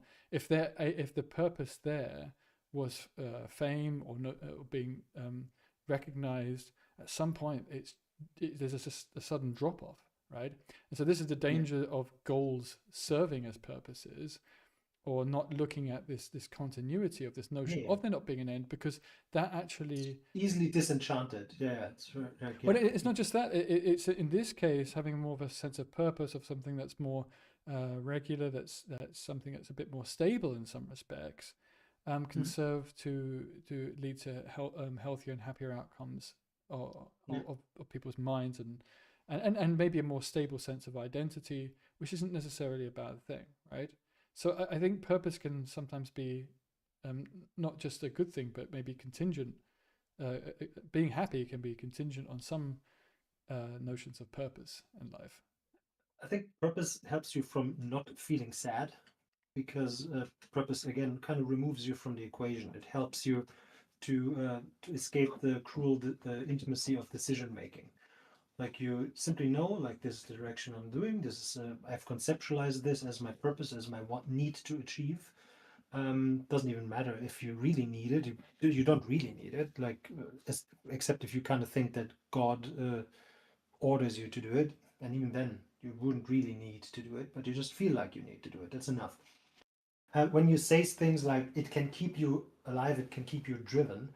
Well, it can keep you driven when you say that. I would never tell somebody you need to stay driven. Like, that's me making a weird demand on their that's kind of that me as a society being like sticking my hand into their pockets and saying like, okay, good, well, you know, that cool project that I'm going to profit from, like that artwork or that bringing that whatever thing, I want you to do that. I think I want you to keep doing that. I think I want you to stay motivated at your job. I think I want you to stay like, that's a that I understand why society, or like the overall the Leviathan, would want me to to would want to make that would want me to want purpose. Okay, but you were talking about being driven so that you function as a cog in some system. I'm talking about, okay, and maybe driven is a very strong word here, but nevertheless a sense of Duty. like no, not even duty. It's internal. It's about that at some point you're going to get these little dosages of satisfaction from maintaining a trajectory. For me personally, and this is again maybe a reflection of my own identity, there are a lot of interests I have that I identify with, and I've let some of them go, as I've described earlier, but nevertheless, some of them haven't gone, and they've required a level of continuity. And so I find a lot of that is about having a sense of identity that's built. And I'm not going to use purpose in this religious universal way. And I think we both agree that there is this other kind of description we can have here. It's often about seeing that bigger picture and realizing the importance of the actions that lead to that bigger picture, and the purpose, therefore, of those actions in that bigger picture. Yeah. So I definitely think that's a very positive. 5 things to say already. Okay, continue. So I'm not anti-identity, okay? Like, I'm not you shouldn't have an identity or something. I'm also not against actions having purposes. You can have, but I am against you having purpose. Okay, You as a being, as a life. a sense of purpose, right? Yeah. But no, Uh, but you like seem to frame it as this kind of external thing, this like your purpose for the like a sacrifice almost for some other thing or for some other entity. yeah, It could be also a system, a society. yeah, yeah, yeah. Rather than realizing that it can also be to maintain a healthy identity, right? So, I mean, an interesting question that it can simply be asked then is, okay, imagine a person with a healthy identity, and what does this life without purpose look like in your eyes?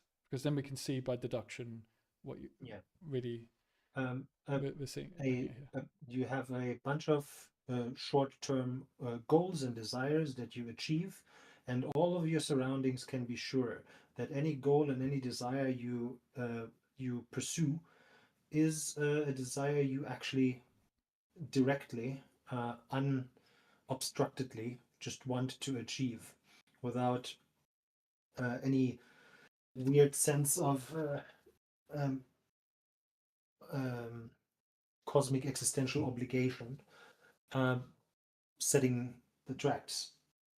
Uh, uh, you're doing things out of euphoria, not out of a fear of dysphoria. Uh, that is what I would wish everybody, for everybody. Okay, but what about somebody that's has lots of really terrible habits in their life? Yeah. All the things they want to do are bad for them. How does that person uh, deal with a situation like that without seeing a Um, different trajectory I that's away from their own wants at that point? um, I would not tell them to conceptualize. I would not tell them that they had to choose differently. Like, there's a different thing. That's actually different. Like, depending on how extraordinary you make this example, I will have to be like kind of forced to agree at that point. If like the guy suffers unimaginable torment, Mm-hmm. just and the only way out is to give him a purpose. Well, then I'm gonna get him the anesthetic. Okay, and then I'm just gonna make him disappear and I turn him into a ghost and just okay, good, you are hereby free from all the suffering you like. Okay, good. But as a rule, as a heuristic, as a general heuristic, Mm. I would say your actions should flow from what you want, and therein lies authenticity. Yeah, but I'm just thinking. I'm sure you have it near your train station. The little collection of people that are Delays. abusing drugs, right? Yeah, yeah, yeah, yeah. Yeah, and so then you, if by this notion, then they will just do this and they will die. And this was Well, this the best outcome, really, or could they have led an no, alternative life where they no, no, saw no, a no, no, purpose? no. There's a you don't need purpose to escape these things. Like the 10-step programs have kind of a bit overstated. No, for sure. Uh, I'm not. There are other alternatives rather than 10-step yeah, kind yeah, of no, no, no. pseudo Just religious because programs, right? I mean, the first three steps of the 10-step program, I think, like kind of like you tell that there's a higher power and you submit to the higher power and yeah, you and you tell never the get higher to the power that 10th step, and then these people are on a yeah, treadmill yeah, for the rest of their lives. I'm not, yeah, it's exactly, a exactly. false I'm just dichotomy. There saying, are alternative methods, but they do yeah, require a level of discipline. yeah. There are those that How can you get discipline if you don't force yourself through this, like tying your identity to the thing? Well, if you just want it, like it really depends. Like if you stop with drugs because you don't even want to stop with drugs, then should you have stopped with them? well, this is That's what my that's what I question. asked. Yeah, exactly. Should Yeah, I? no, no, no, no. Because Like, should you have stopped with them? Like, that's my question at that point. I'm not never been addicted to drugs. I have like second and third order uh, wants and desires that kind of make it make it so that I cannot take drugs. I don't want to take drugs. I wouldn't want it.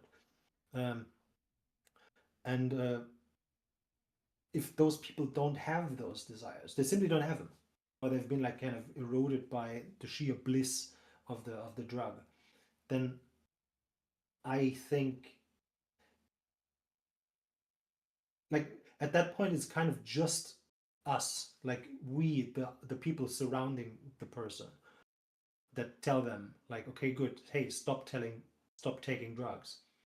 And Well, to but some extent they're also affecting other people's ability to be yeah, happy yeah, and to do what they would exactly. like, right?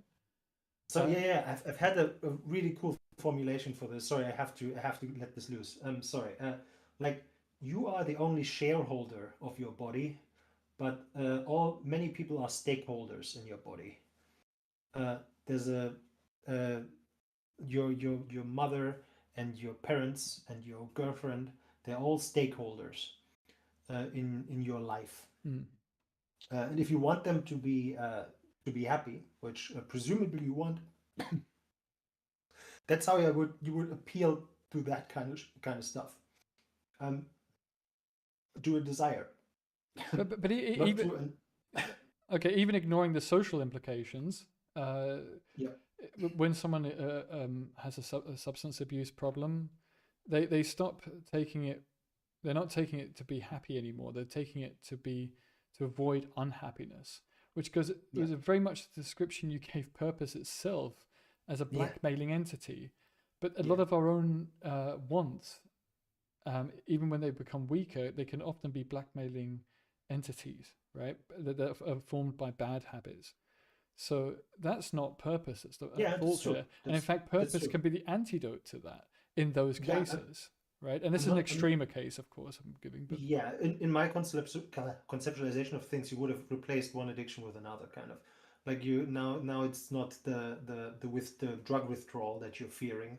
Now it is the sense of the sense of betrayal of your purpose that you fear, or the sense of identity loss, the sense of yeah, uh, other, like if you escape an existential crisis, your existential, like by joining a religion or something, or becoming really nationalistic or something, you are your anxieties and worries are still there. I think it was again. They're just like There's a straw man arguments. You keep giving examples of really bad purpose or being driven by some extreme ideology, but it needn't be that, right?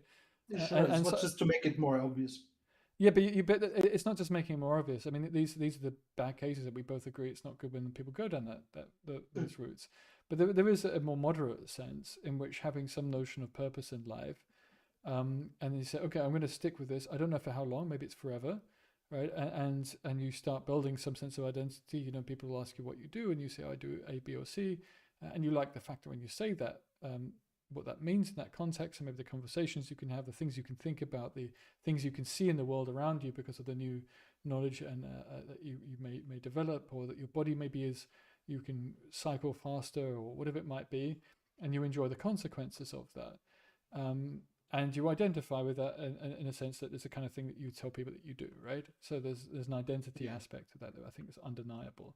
A lot of those things, it really isn't the blackmailing part. It can become that way, but an example of the person living at the whole Bahnhof and abusing their body, the blackmailing thing is the lack of purpose in that sense, the very hedonistic moment, of a sensing of wanting something that leads to very little satisfaction. Let's be clear on that. They almost get no satisfaction anymore once they've started doing those things.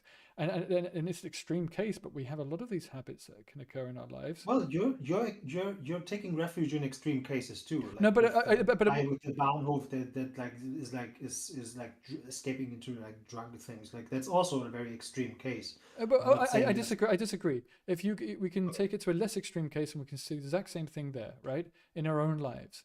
The idea is that I don't know you well at all, so I'm assuming that you're not a saint, right? There are habits I'm sure you've got into in your life that have been driven by a vicious cycle of wanting to do that thing.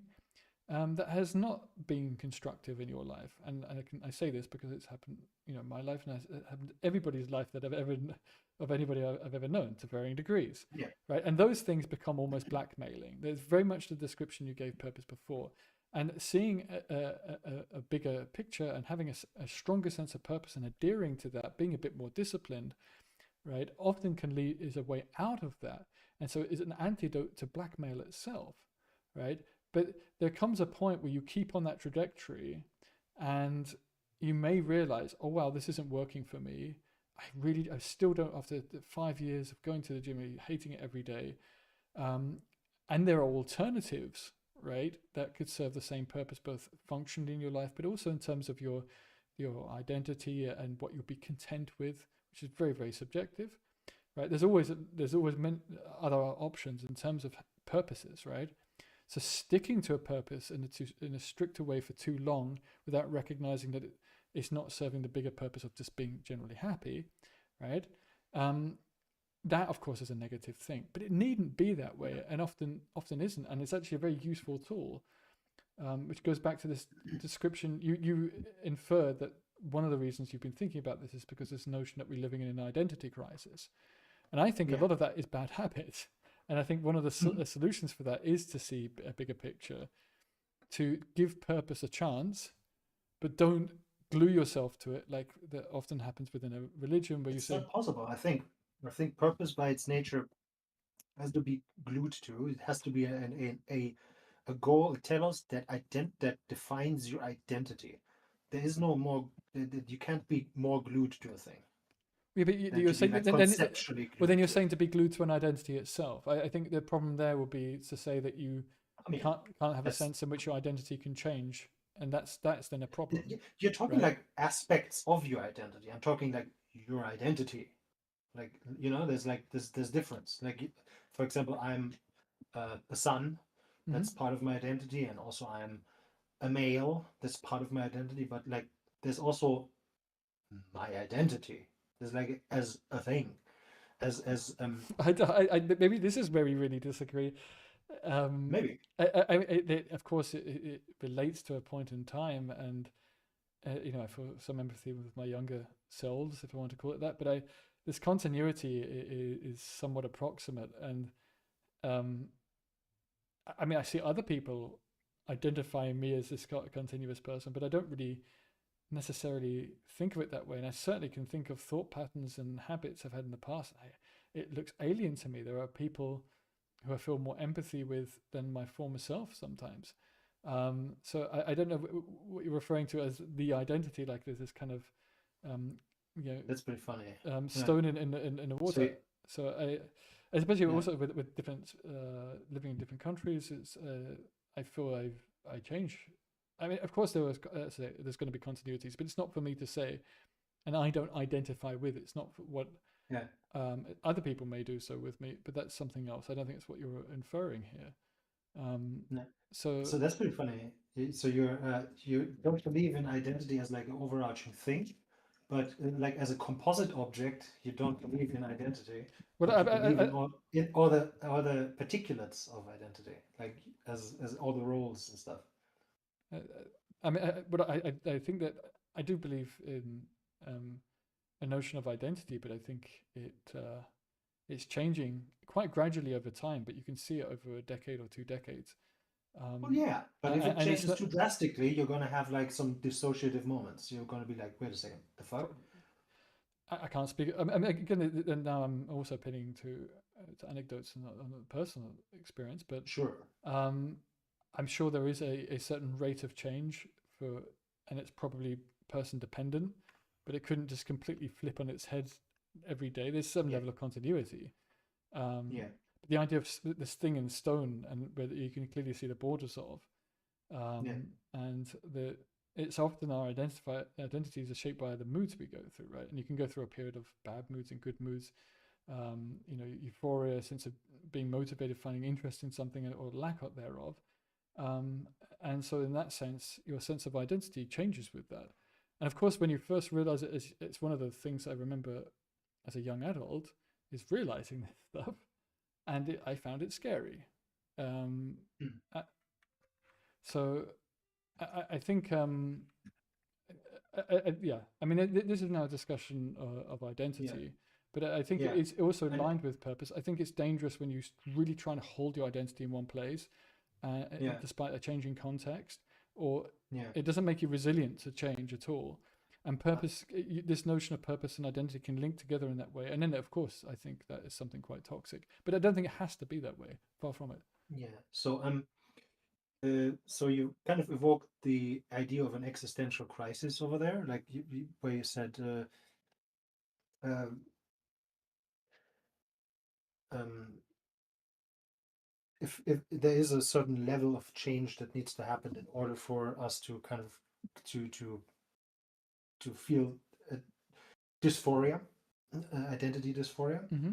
uh, and I think an existential crisis is kind of a supply demand problem. At least when there's several species of existential crisis, but I'm talking about the existential crisis you get when there's no purpose for you, when you feel uh, devoid of purpose, and or Horatio, whatever, and Mm-hmm. stuff. Okay, so um uh, I think it's a supply demand problem. Like when there's not enough problem, when you have more demand for purpose than there currently is, then you can develop by rights a existential crisis. But I think the people who are culpable of the current moment of existential worry are the people who stoke the flames of the desire for purpose. You should not stoke the demand side so much. Uh, Well, this do goes back not to like moderation. the Jordan Petersons of the world, Mm. and the all these purpose mongers. They should not do what they do. I try to be kind of the antidote for this. Like I try to show people, like, hey guys, it's actually. Do you know what you want there? Do you actually know that the thing you desire is a good thing? In my own weirdo way, I think I'm trying to be the antidote to the existential worry of the moment. I mean, Of the there are two things here. I mean, the Peterson one you gave as an example, right? And again, we're going back to bad purposes or purposes that are probably not going to help. Well, maybe for some people it works, if depending on the right character, but also the social consequences are not going to necessarily be that positive, yeah, mostly negative and quite toxic. It's also this notion of having a finite, quite small set of purposes that everyone should be adhering to, depending on their gender. It's completely nonsensical. But you're just giving bad examples of bad purposes, right? And so um, I, have I? I just think that there is a more broader. We can be a bit more creative with this and a bit more imaginative in terms of what purposes we can find for ourselves in life. Um, and so that's definitely something a different way to look at it. So I think it's just an abuse of purpose as opposed to purpose itself being something bad. Um, and we're so used to How would you seeing. not abuse purpose? Like a telos that identifies your identity. How would you what I show think me often, like a okay, benign version of it? okay. My anecdotal position is that in some Yeah. respects you kind of have to find it in your life. It's almost like you try new things. If you've got no sense of Have purpose, to? what if you want to be happy? You think um, I'm not happy? I think this is a semantic issue. I think you have purposes in your life, and you do think. Ah, I think this is already something. I think it's I just. disagree. I just think. I think because it's a narrow description of what a purpose can be in life, that with just all these bad ones and in bad situations. So there's two aspects, right? There's two key aspects of what can make a purpose bad. Firstly, it's toxic socially, or it just doesn't match that person. Or Yeah, secondly, that you hold on for it for too long when it's not working, and you perhaps should try and re-roll the dice and try some new things and see if you find something else. And it's a yeah, balance. If you do that too often, then you're just running around in circles, often lead to some level of hedonism. But if yeah, you go to the other extreme, then you completely disassociate from yourself. You lose a sense of trying to find satisfaction at all for yourself. And so there's a balance in between that. And it yeah, requires an imagination as to what a purpose can be in life, not just listening to yeah. Jordan Peterson um, or any other figure that So tells you what you should be doing. can you delineate between the Jordan Peterson one and the one you want? The one I can give The one examples of you where would advocate for? Peterson, back when he was a few years ago, he did give some pretty reasonable advice. Also about being relatively orderly. I think some of that is Yeah, actually that aspect was quite good before it became sure. But he really. didn't advocate that that be your purpose. You know, he didn't say like, okay, good, this No, but is it now serves a your. purpose. I mean, and Yeah, yeah, if I could yeah. identify as a more Yeah. orderly person, I think I'd actually be relatively happy with that. But not in the sense of being orderly in its entirety, but in some closed cases. And I think that would be a good thing. Yeah. But I mean, in my own life, as I say, um, trying to make sure I read enough papers every week and do my physics every week, that serves a Yeah. purpose, and that becomes a part of Yeah. my identity. And I won't say I unenjoy it, but it's a lot of the time a bit like cleaning my teeth. That it's kind of rudimentary and not something that's really exciting me. It's not necessarily. There's other things I Yeah. might want to do in that moment, and then I think you'd be happier if you identified the excitement in these things instead of doing the. Uh, there is excitement in having good oral hygiene and not being sick and not having your teeth hurt and not like yeah, there's to be there's motivated, but health is a can be a euphoric thing. Like you can be just genuinely glad that you're like happy. yes, it's important. It's important. That you're healthy. No, no, but I know what you mean, and it's really important to developing good habits is to feel motivation and joy in these things Yeah. at least some of the time, and max. Just to discover the joy Yeah, behind the thing. Like the insofar as you rely on it being it's a, symbiotic. a purpose and a thing and a thing you just like conceptualize as I have to just do this because otherwise I'm feel bad as a person, as a whatever the fuck. If that's insofar as you do that, you're robbing yourself of the spice of life. Is what I'm saying. Yes, it's an important. I think no one's going to survive trying to develop habits or their daily practice if they don't find themselves making something a little more enjoyable. So going back to my physics, for example, I will also try and think of the things I really want to do in physics and make sure that they're combined and I'm not just doing the things that I should be doing, but doing also those things that bring me joy and then that make me look with a different lens on those things which I should be doing. And then I realize, okay, I start to see implications in this model and that model and what have you.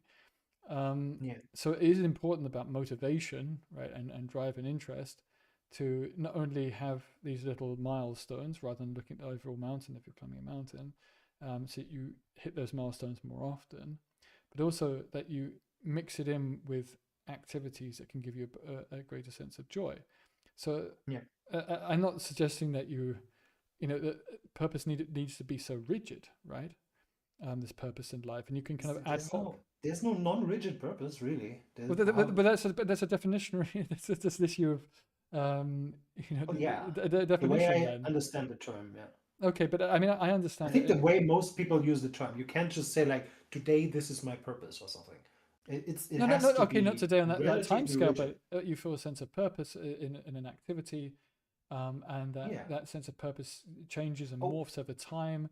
I mean, if done healthily, I think so. You're not differentiating a purpose from like, okay, this is a sense of purpose. You're gonna fucking roll your eyes. There's a difference between a purpose and purpose. Yes, but that's why I'm saying a sense of purpose, because that is what I think you're referring to. So my sense of purpose. I mean, if you repeat this word too often, it loses its meaning. So, but in the end, it's this kind of notion of a trajectory in life that's not just about distinct goal that you finish at some point, but it's closely tied with identity. And this is what really I think this notion of purpose is what we're discussing here. And I think it is good to have a level of continuity in that. Maybe I'm speaking from a personal perspective of what Well, me too. my shortcomings in life have been in terms of flip-flopping too much, right? Oh, And that's not, yeah, yeah, yeah, I see. and some imbalance that can be healthy, but some people need to go more in one direction, some people need to go in the other. So for me Yeah. personally, I feel that it has been more of a sense of continuity, sticking to a purpose. Although, as I say, my experience of music, who knows what will happen in the future? I have lots of instruments around me. I still play. I have to play tomorrow evening for this party at this institute, right? Not a mental institute; it's a physics institute. Um, and I will take joy in doing that. But Yeah. in terms of it being this identifying key thing, I mean, my aliases on in my like way back when in Yahoo chat was musician Tom and this kind of thing, and I really identified strongly with it, and it was very difficult and can be still very difficult, especially when I look back and I see pictures on stage and or Yeah, yeah, hear some of my compositions like sending the SoundCloud music, right? Um, yeah, if I listen back to that, I think I would like to do that again. But that's good. If I yeah, feel that, then maybe I can start feeling some joy in it, and then you start building around that, not the other way around. And that, for me personally, is what works. And that maybe is an important point which you're insinuating here, is mm, you can't build like a trajectory in your life around no enjoyment. It has to be. You can see a little spark. Maybe use your imagination to see. I can see why this is. Where this links with. But yeah. you can't I just think build it. Yeah, and that's the Peterson issue, right? He's telling other people what to build around, yeah, but there might not be anything there, and yeah, the that's opposite, problematic. the opposite, the positive case to my negative case would be like my negative case is that purpose should uh, be avoided if possible. I'm not saying uh, there's no like if I like you said like all these weird habits that I have that aren't good and aren't doing me that aren't doing me any favors and if I ditched them if I could only ditch them through purpose then even I the staunch nihilist would like roll my eyes and say like well I guess I'll do it but my point is more that if at all avoidable I wouldn't uh, because uh, I would hope that I would ditch these things through just second order or first order desires. Just like I want this, I want that, and authentically just by myself without like imagining this gun against my head, Hmm. existential. I would just do it. Um, it's it's to me it would be a very dissociative thing if I kind of if I if I wanted to feel forced to do something. Like I can't just like role play to have a purpose, like a do-it-yourself purpose. It just can like I can uh like purposes aren't they're not really capable of hurting you. They just they just pose as if they have your identity in their hand. You gave it to them. You gave your identity to these things. And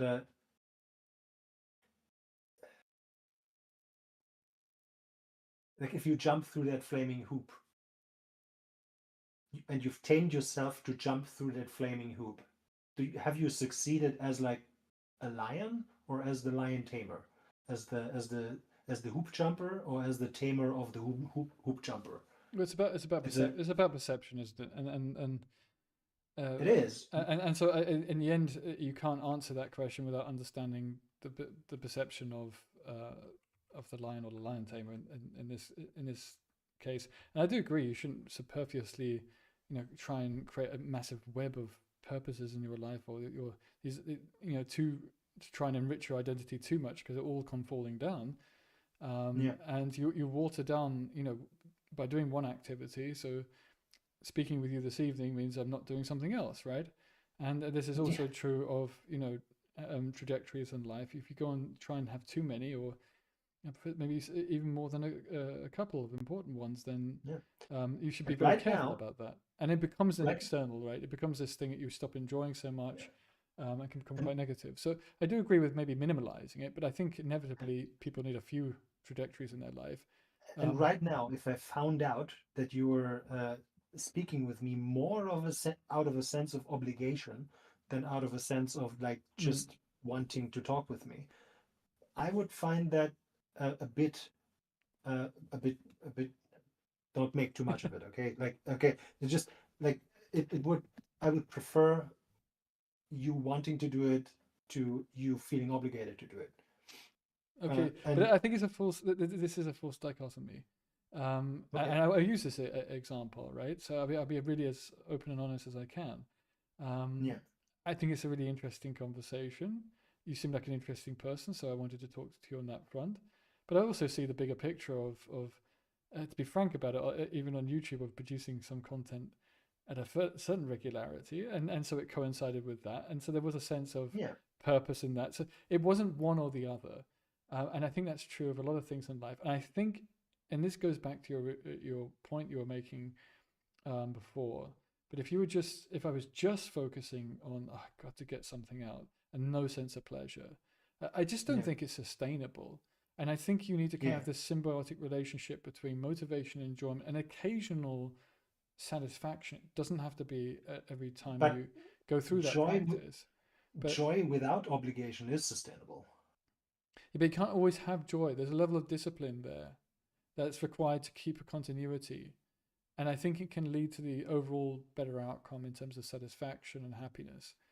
And it really depends on the Okay. person. I think there are some people I know that are far too rigid in life and probably, should try, going on a few different trajectories sometimes. But from a personal perspective, I do find myself needing that purpose or that continuity of trajectory Yeah. a little more than what I'm pulled towards. Yeah. And I I do think think, and I do think continue. in our time that we're in, and going back to this Yeah. notion of identity crisis, there's a lot of distraction, and those Yeah. distractions take that will reduce actually your sense of purpose, your direction in life, level of continuity. It reduces the likelihood of forming good habits, because I think habits is something we've not really discussed here, but that is what I'm seeing as part Mhm. of purpose, that you end up forming good habits, and Yeah. that then ends Or up bad ones. Hmm? Or bad ones. Well, exactly, but bad ones happen anyway without purpose. I'm saying good habits tend to Yeah. form when you put purpose alongside it, right? Have you When you ever start, have have you ever thought about like martyrs? Um, well, the animal. no, martyrs, martyr, martyr, I think, Yeah, I think, Martyr. I think you said Marder, like the German is that, No, but because we have no, no, them no, living there. Sorry. no, no, no, no. I had a very interesting experience a couple of weeks ago. I was like at the zoo, and I was looking at this marten. It was actually a marten. That's when I remember. And uh, I thought like, my fucking god, I was jealous of this marten that was like in his weird cage, because I know nothing in my life as intimately. With nothing in my life. I'm as intimately familiar as that marten is with that second stone from the right.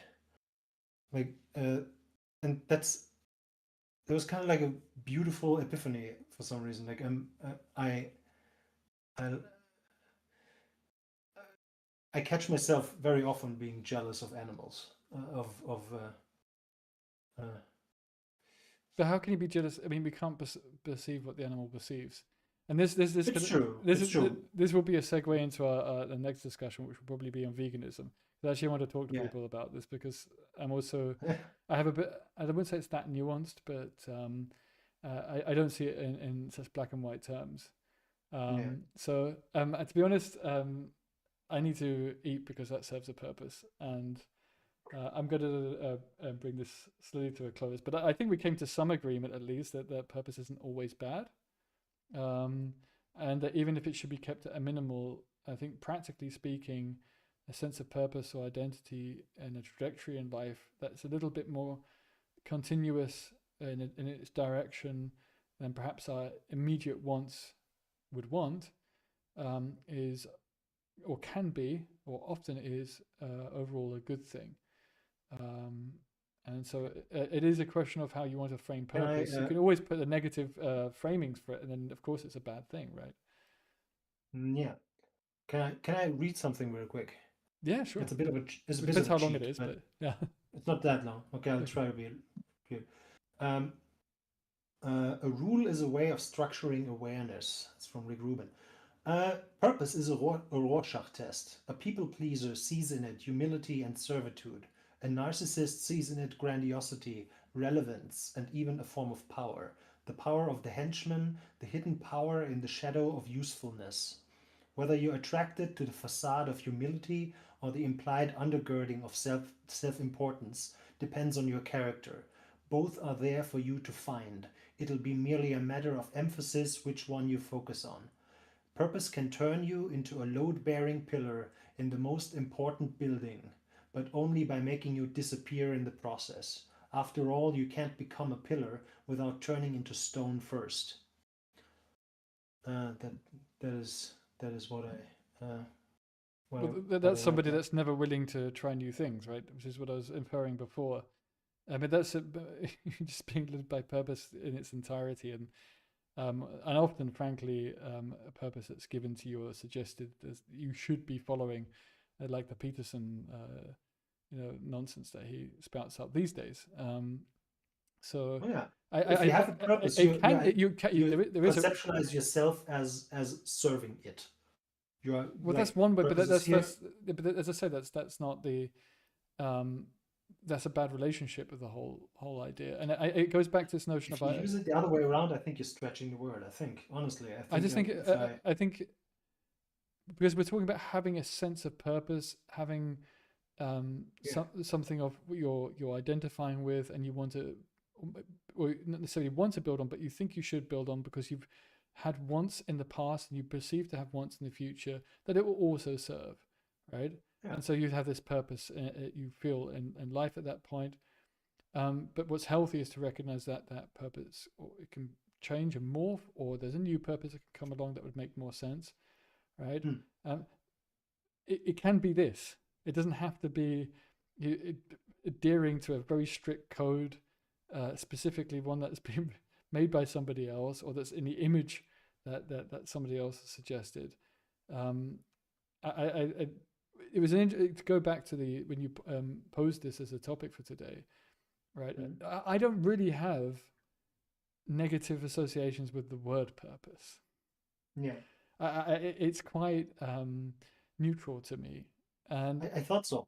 The um, word purpose has one thing after all. I think it's basically all bad, but one thing it has great PR. It has amazing PR. And that's because the rest of society wants you to perform. They want you to perform like extremely well. Like the your usefulness to them is derived from how many papers you read, which is why you feel the obligation to read papers. I'm not saying that's a no, bad it thing. improves I'm not saying my that brain. It improves my ability to yeah, do physics. So okay. it's got nothing to do with what I have a very free position in terms of my research. It's very easy to lose my way with it. But it's all the more reason I need to find a sense of purpose in what I do, because if you don't have those bounds, which I think is a better way to do it, to find your own sense of purpose, which goes back to what I Mhm. was saying before, it needs to be built around some level of satisfaction and joy in something you do. It just doesn't have to always be that way. And in fact, you're going to Yeah, lead to more joy later on by having that level of discipline and reading those papers when you don't want to read them, then ignoring them and say, well, I don't feel like it today, because that turns yeah. into a week, a month, and so on. So uh, it it's not about purposes serving other people. That isn't necessarily, purposes don't have to serve other people. And I think in every case you've given, it's about purposes that serve somebody else, or that they've constructed and built that purpose for you and said, oh no, this is what you have to do. Purposes can often be quite unique and refined in terms of your own take on it, right? So Yeah, oh yeah, yeah. You can have do-it-yourself purposes. Yes, of course, of course, of course. But those purposes are always like super vulnerable because you can like if you set purposes, you're like as free to unset them again. Like you're never really in yeah, need of doing them. Actually, it's well, kind that of an goes back to illusion. the Sartre, this notion of bad faith. I mean, by his argumentation, I don't like. I can't believe I'm arguing for Sartre here. Anyway, his idea is that effectively you're always free, right? So I mean, even it doesn't matter what the Yeah. purpose is that you've got, whether it's the one that you've constructed that you can decompose. Yeah. Even those that are given to you and applied in you, in theory, you can leave those as well at any point. So I mean, Yeah. that's true And for. if you embrace that thought, if you embrace that knowledge of that truth too hard, Mm. then you can never truly like have a purpose. They all like collapse Yeah, into exactly. At just some your desire. there was a vagueness to it, but at some point, Yeah. if you if you have a different purpose every day, you don't have any purpose at all, right? Like I take Uh, vagueness problems seriously, though. I I'm think glad. they Oh, are actually.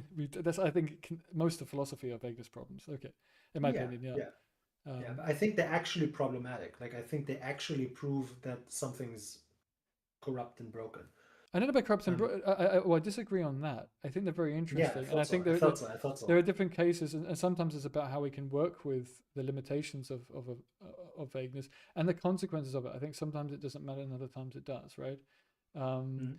but that will be for another day because Yeah, sorry, I'm I'm keeping you from your food. no, but it was an interesting point. I did want to round up with. I think we agree on an awful lot. I mean, also this notion of universal purposes. We disagreed on Yeah, that, but in the end, it came down to whether a level of continuity of identity, even in the face of perhaps not wanting that continuity in that moment. Maybe it's a week, maybe it's a month. We don't always know that, and that's part of the difficulty. And here's yeah, in itself a problem of vagueness, right? So sometimes it is a good thing. Having too concrete sense of purpose, or one that's given to you, is often a negative thing, right? It's a superfluous purpose, right? Which is what yeah. you were insinuating, and I would agree with that. But I think in practice, um, I've yet to meet somebody. Well, okay, maybe a Buddhist monk that really is happy with just that, doing what they do. Um, Maybe they don't need really a purpose, but I think in that sense, it can become a Yeah, purpose. happiness is incidental, though. Like they just do what they're supposed to. Yeah, I mean, it works for them, but I don't think it works for everybody necessarily. Even if you consider that to be an absence of purpose in their lives. But Yeah. yeah, it's been Okay. good to talk to you today anyway, and I think Same. yeah, Uh, hopefully some people will enjoy watching this. It's been a little different than I Me too. expected, but Yeah, it's also a lot of it does come down to uses of words and how much we can, of course. artificially play around with the edges of these words and these meanings. Yeah. And I think it's an interesting, because there is described as an identity crisis. And whilst I agree with the problem, I think the solution suggested by a lot of people, especially going back to more conservative ways of living, Mm, that will not solve it. And yeah. that will not be, it's actually going to make things much worse. So, Yeah.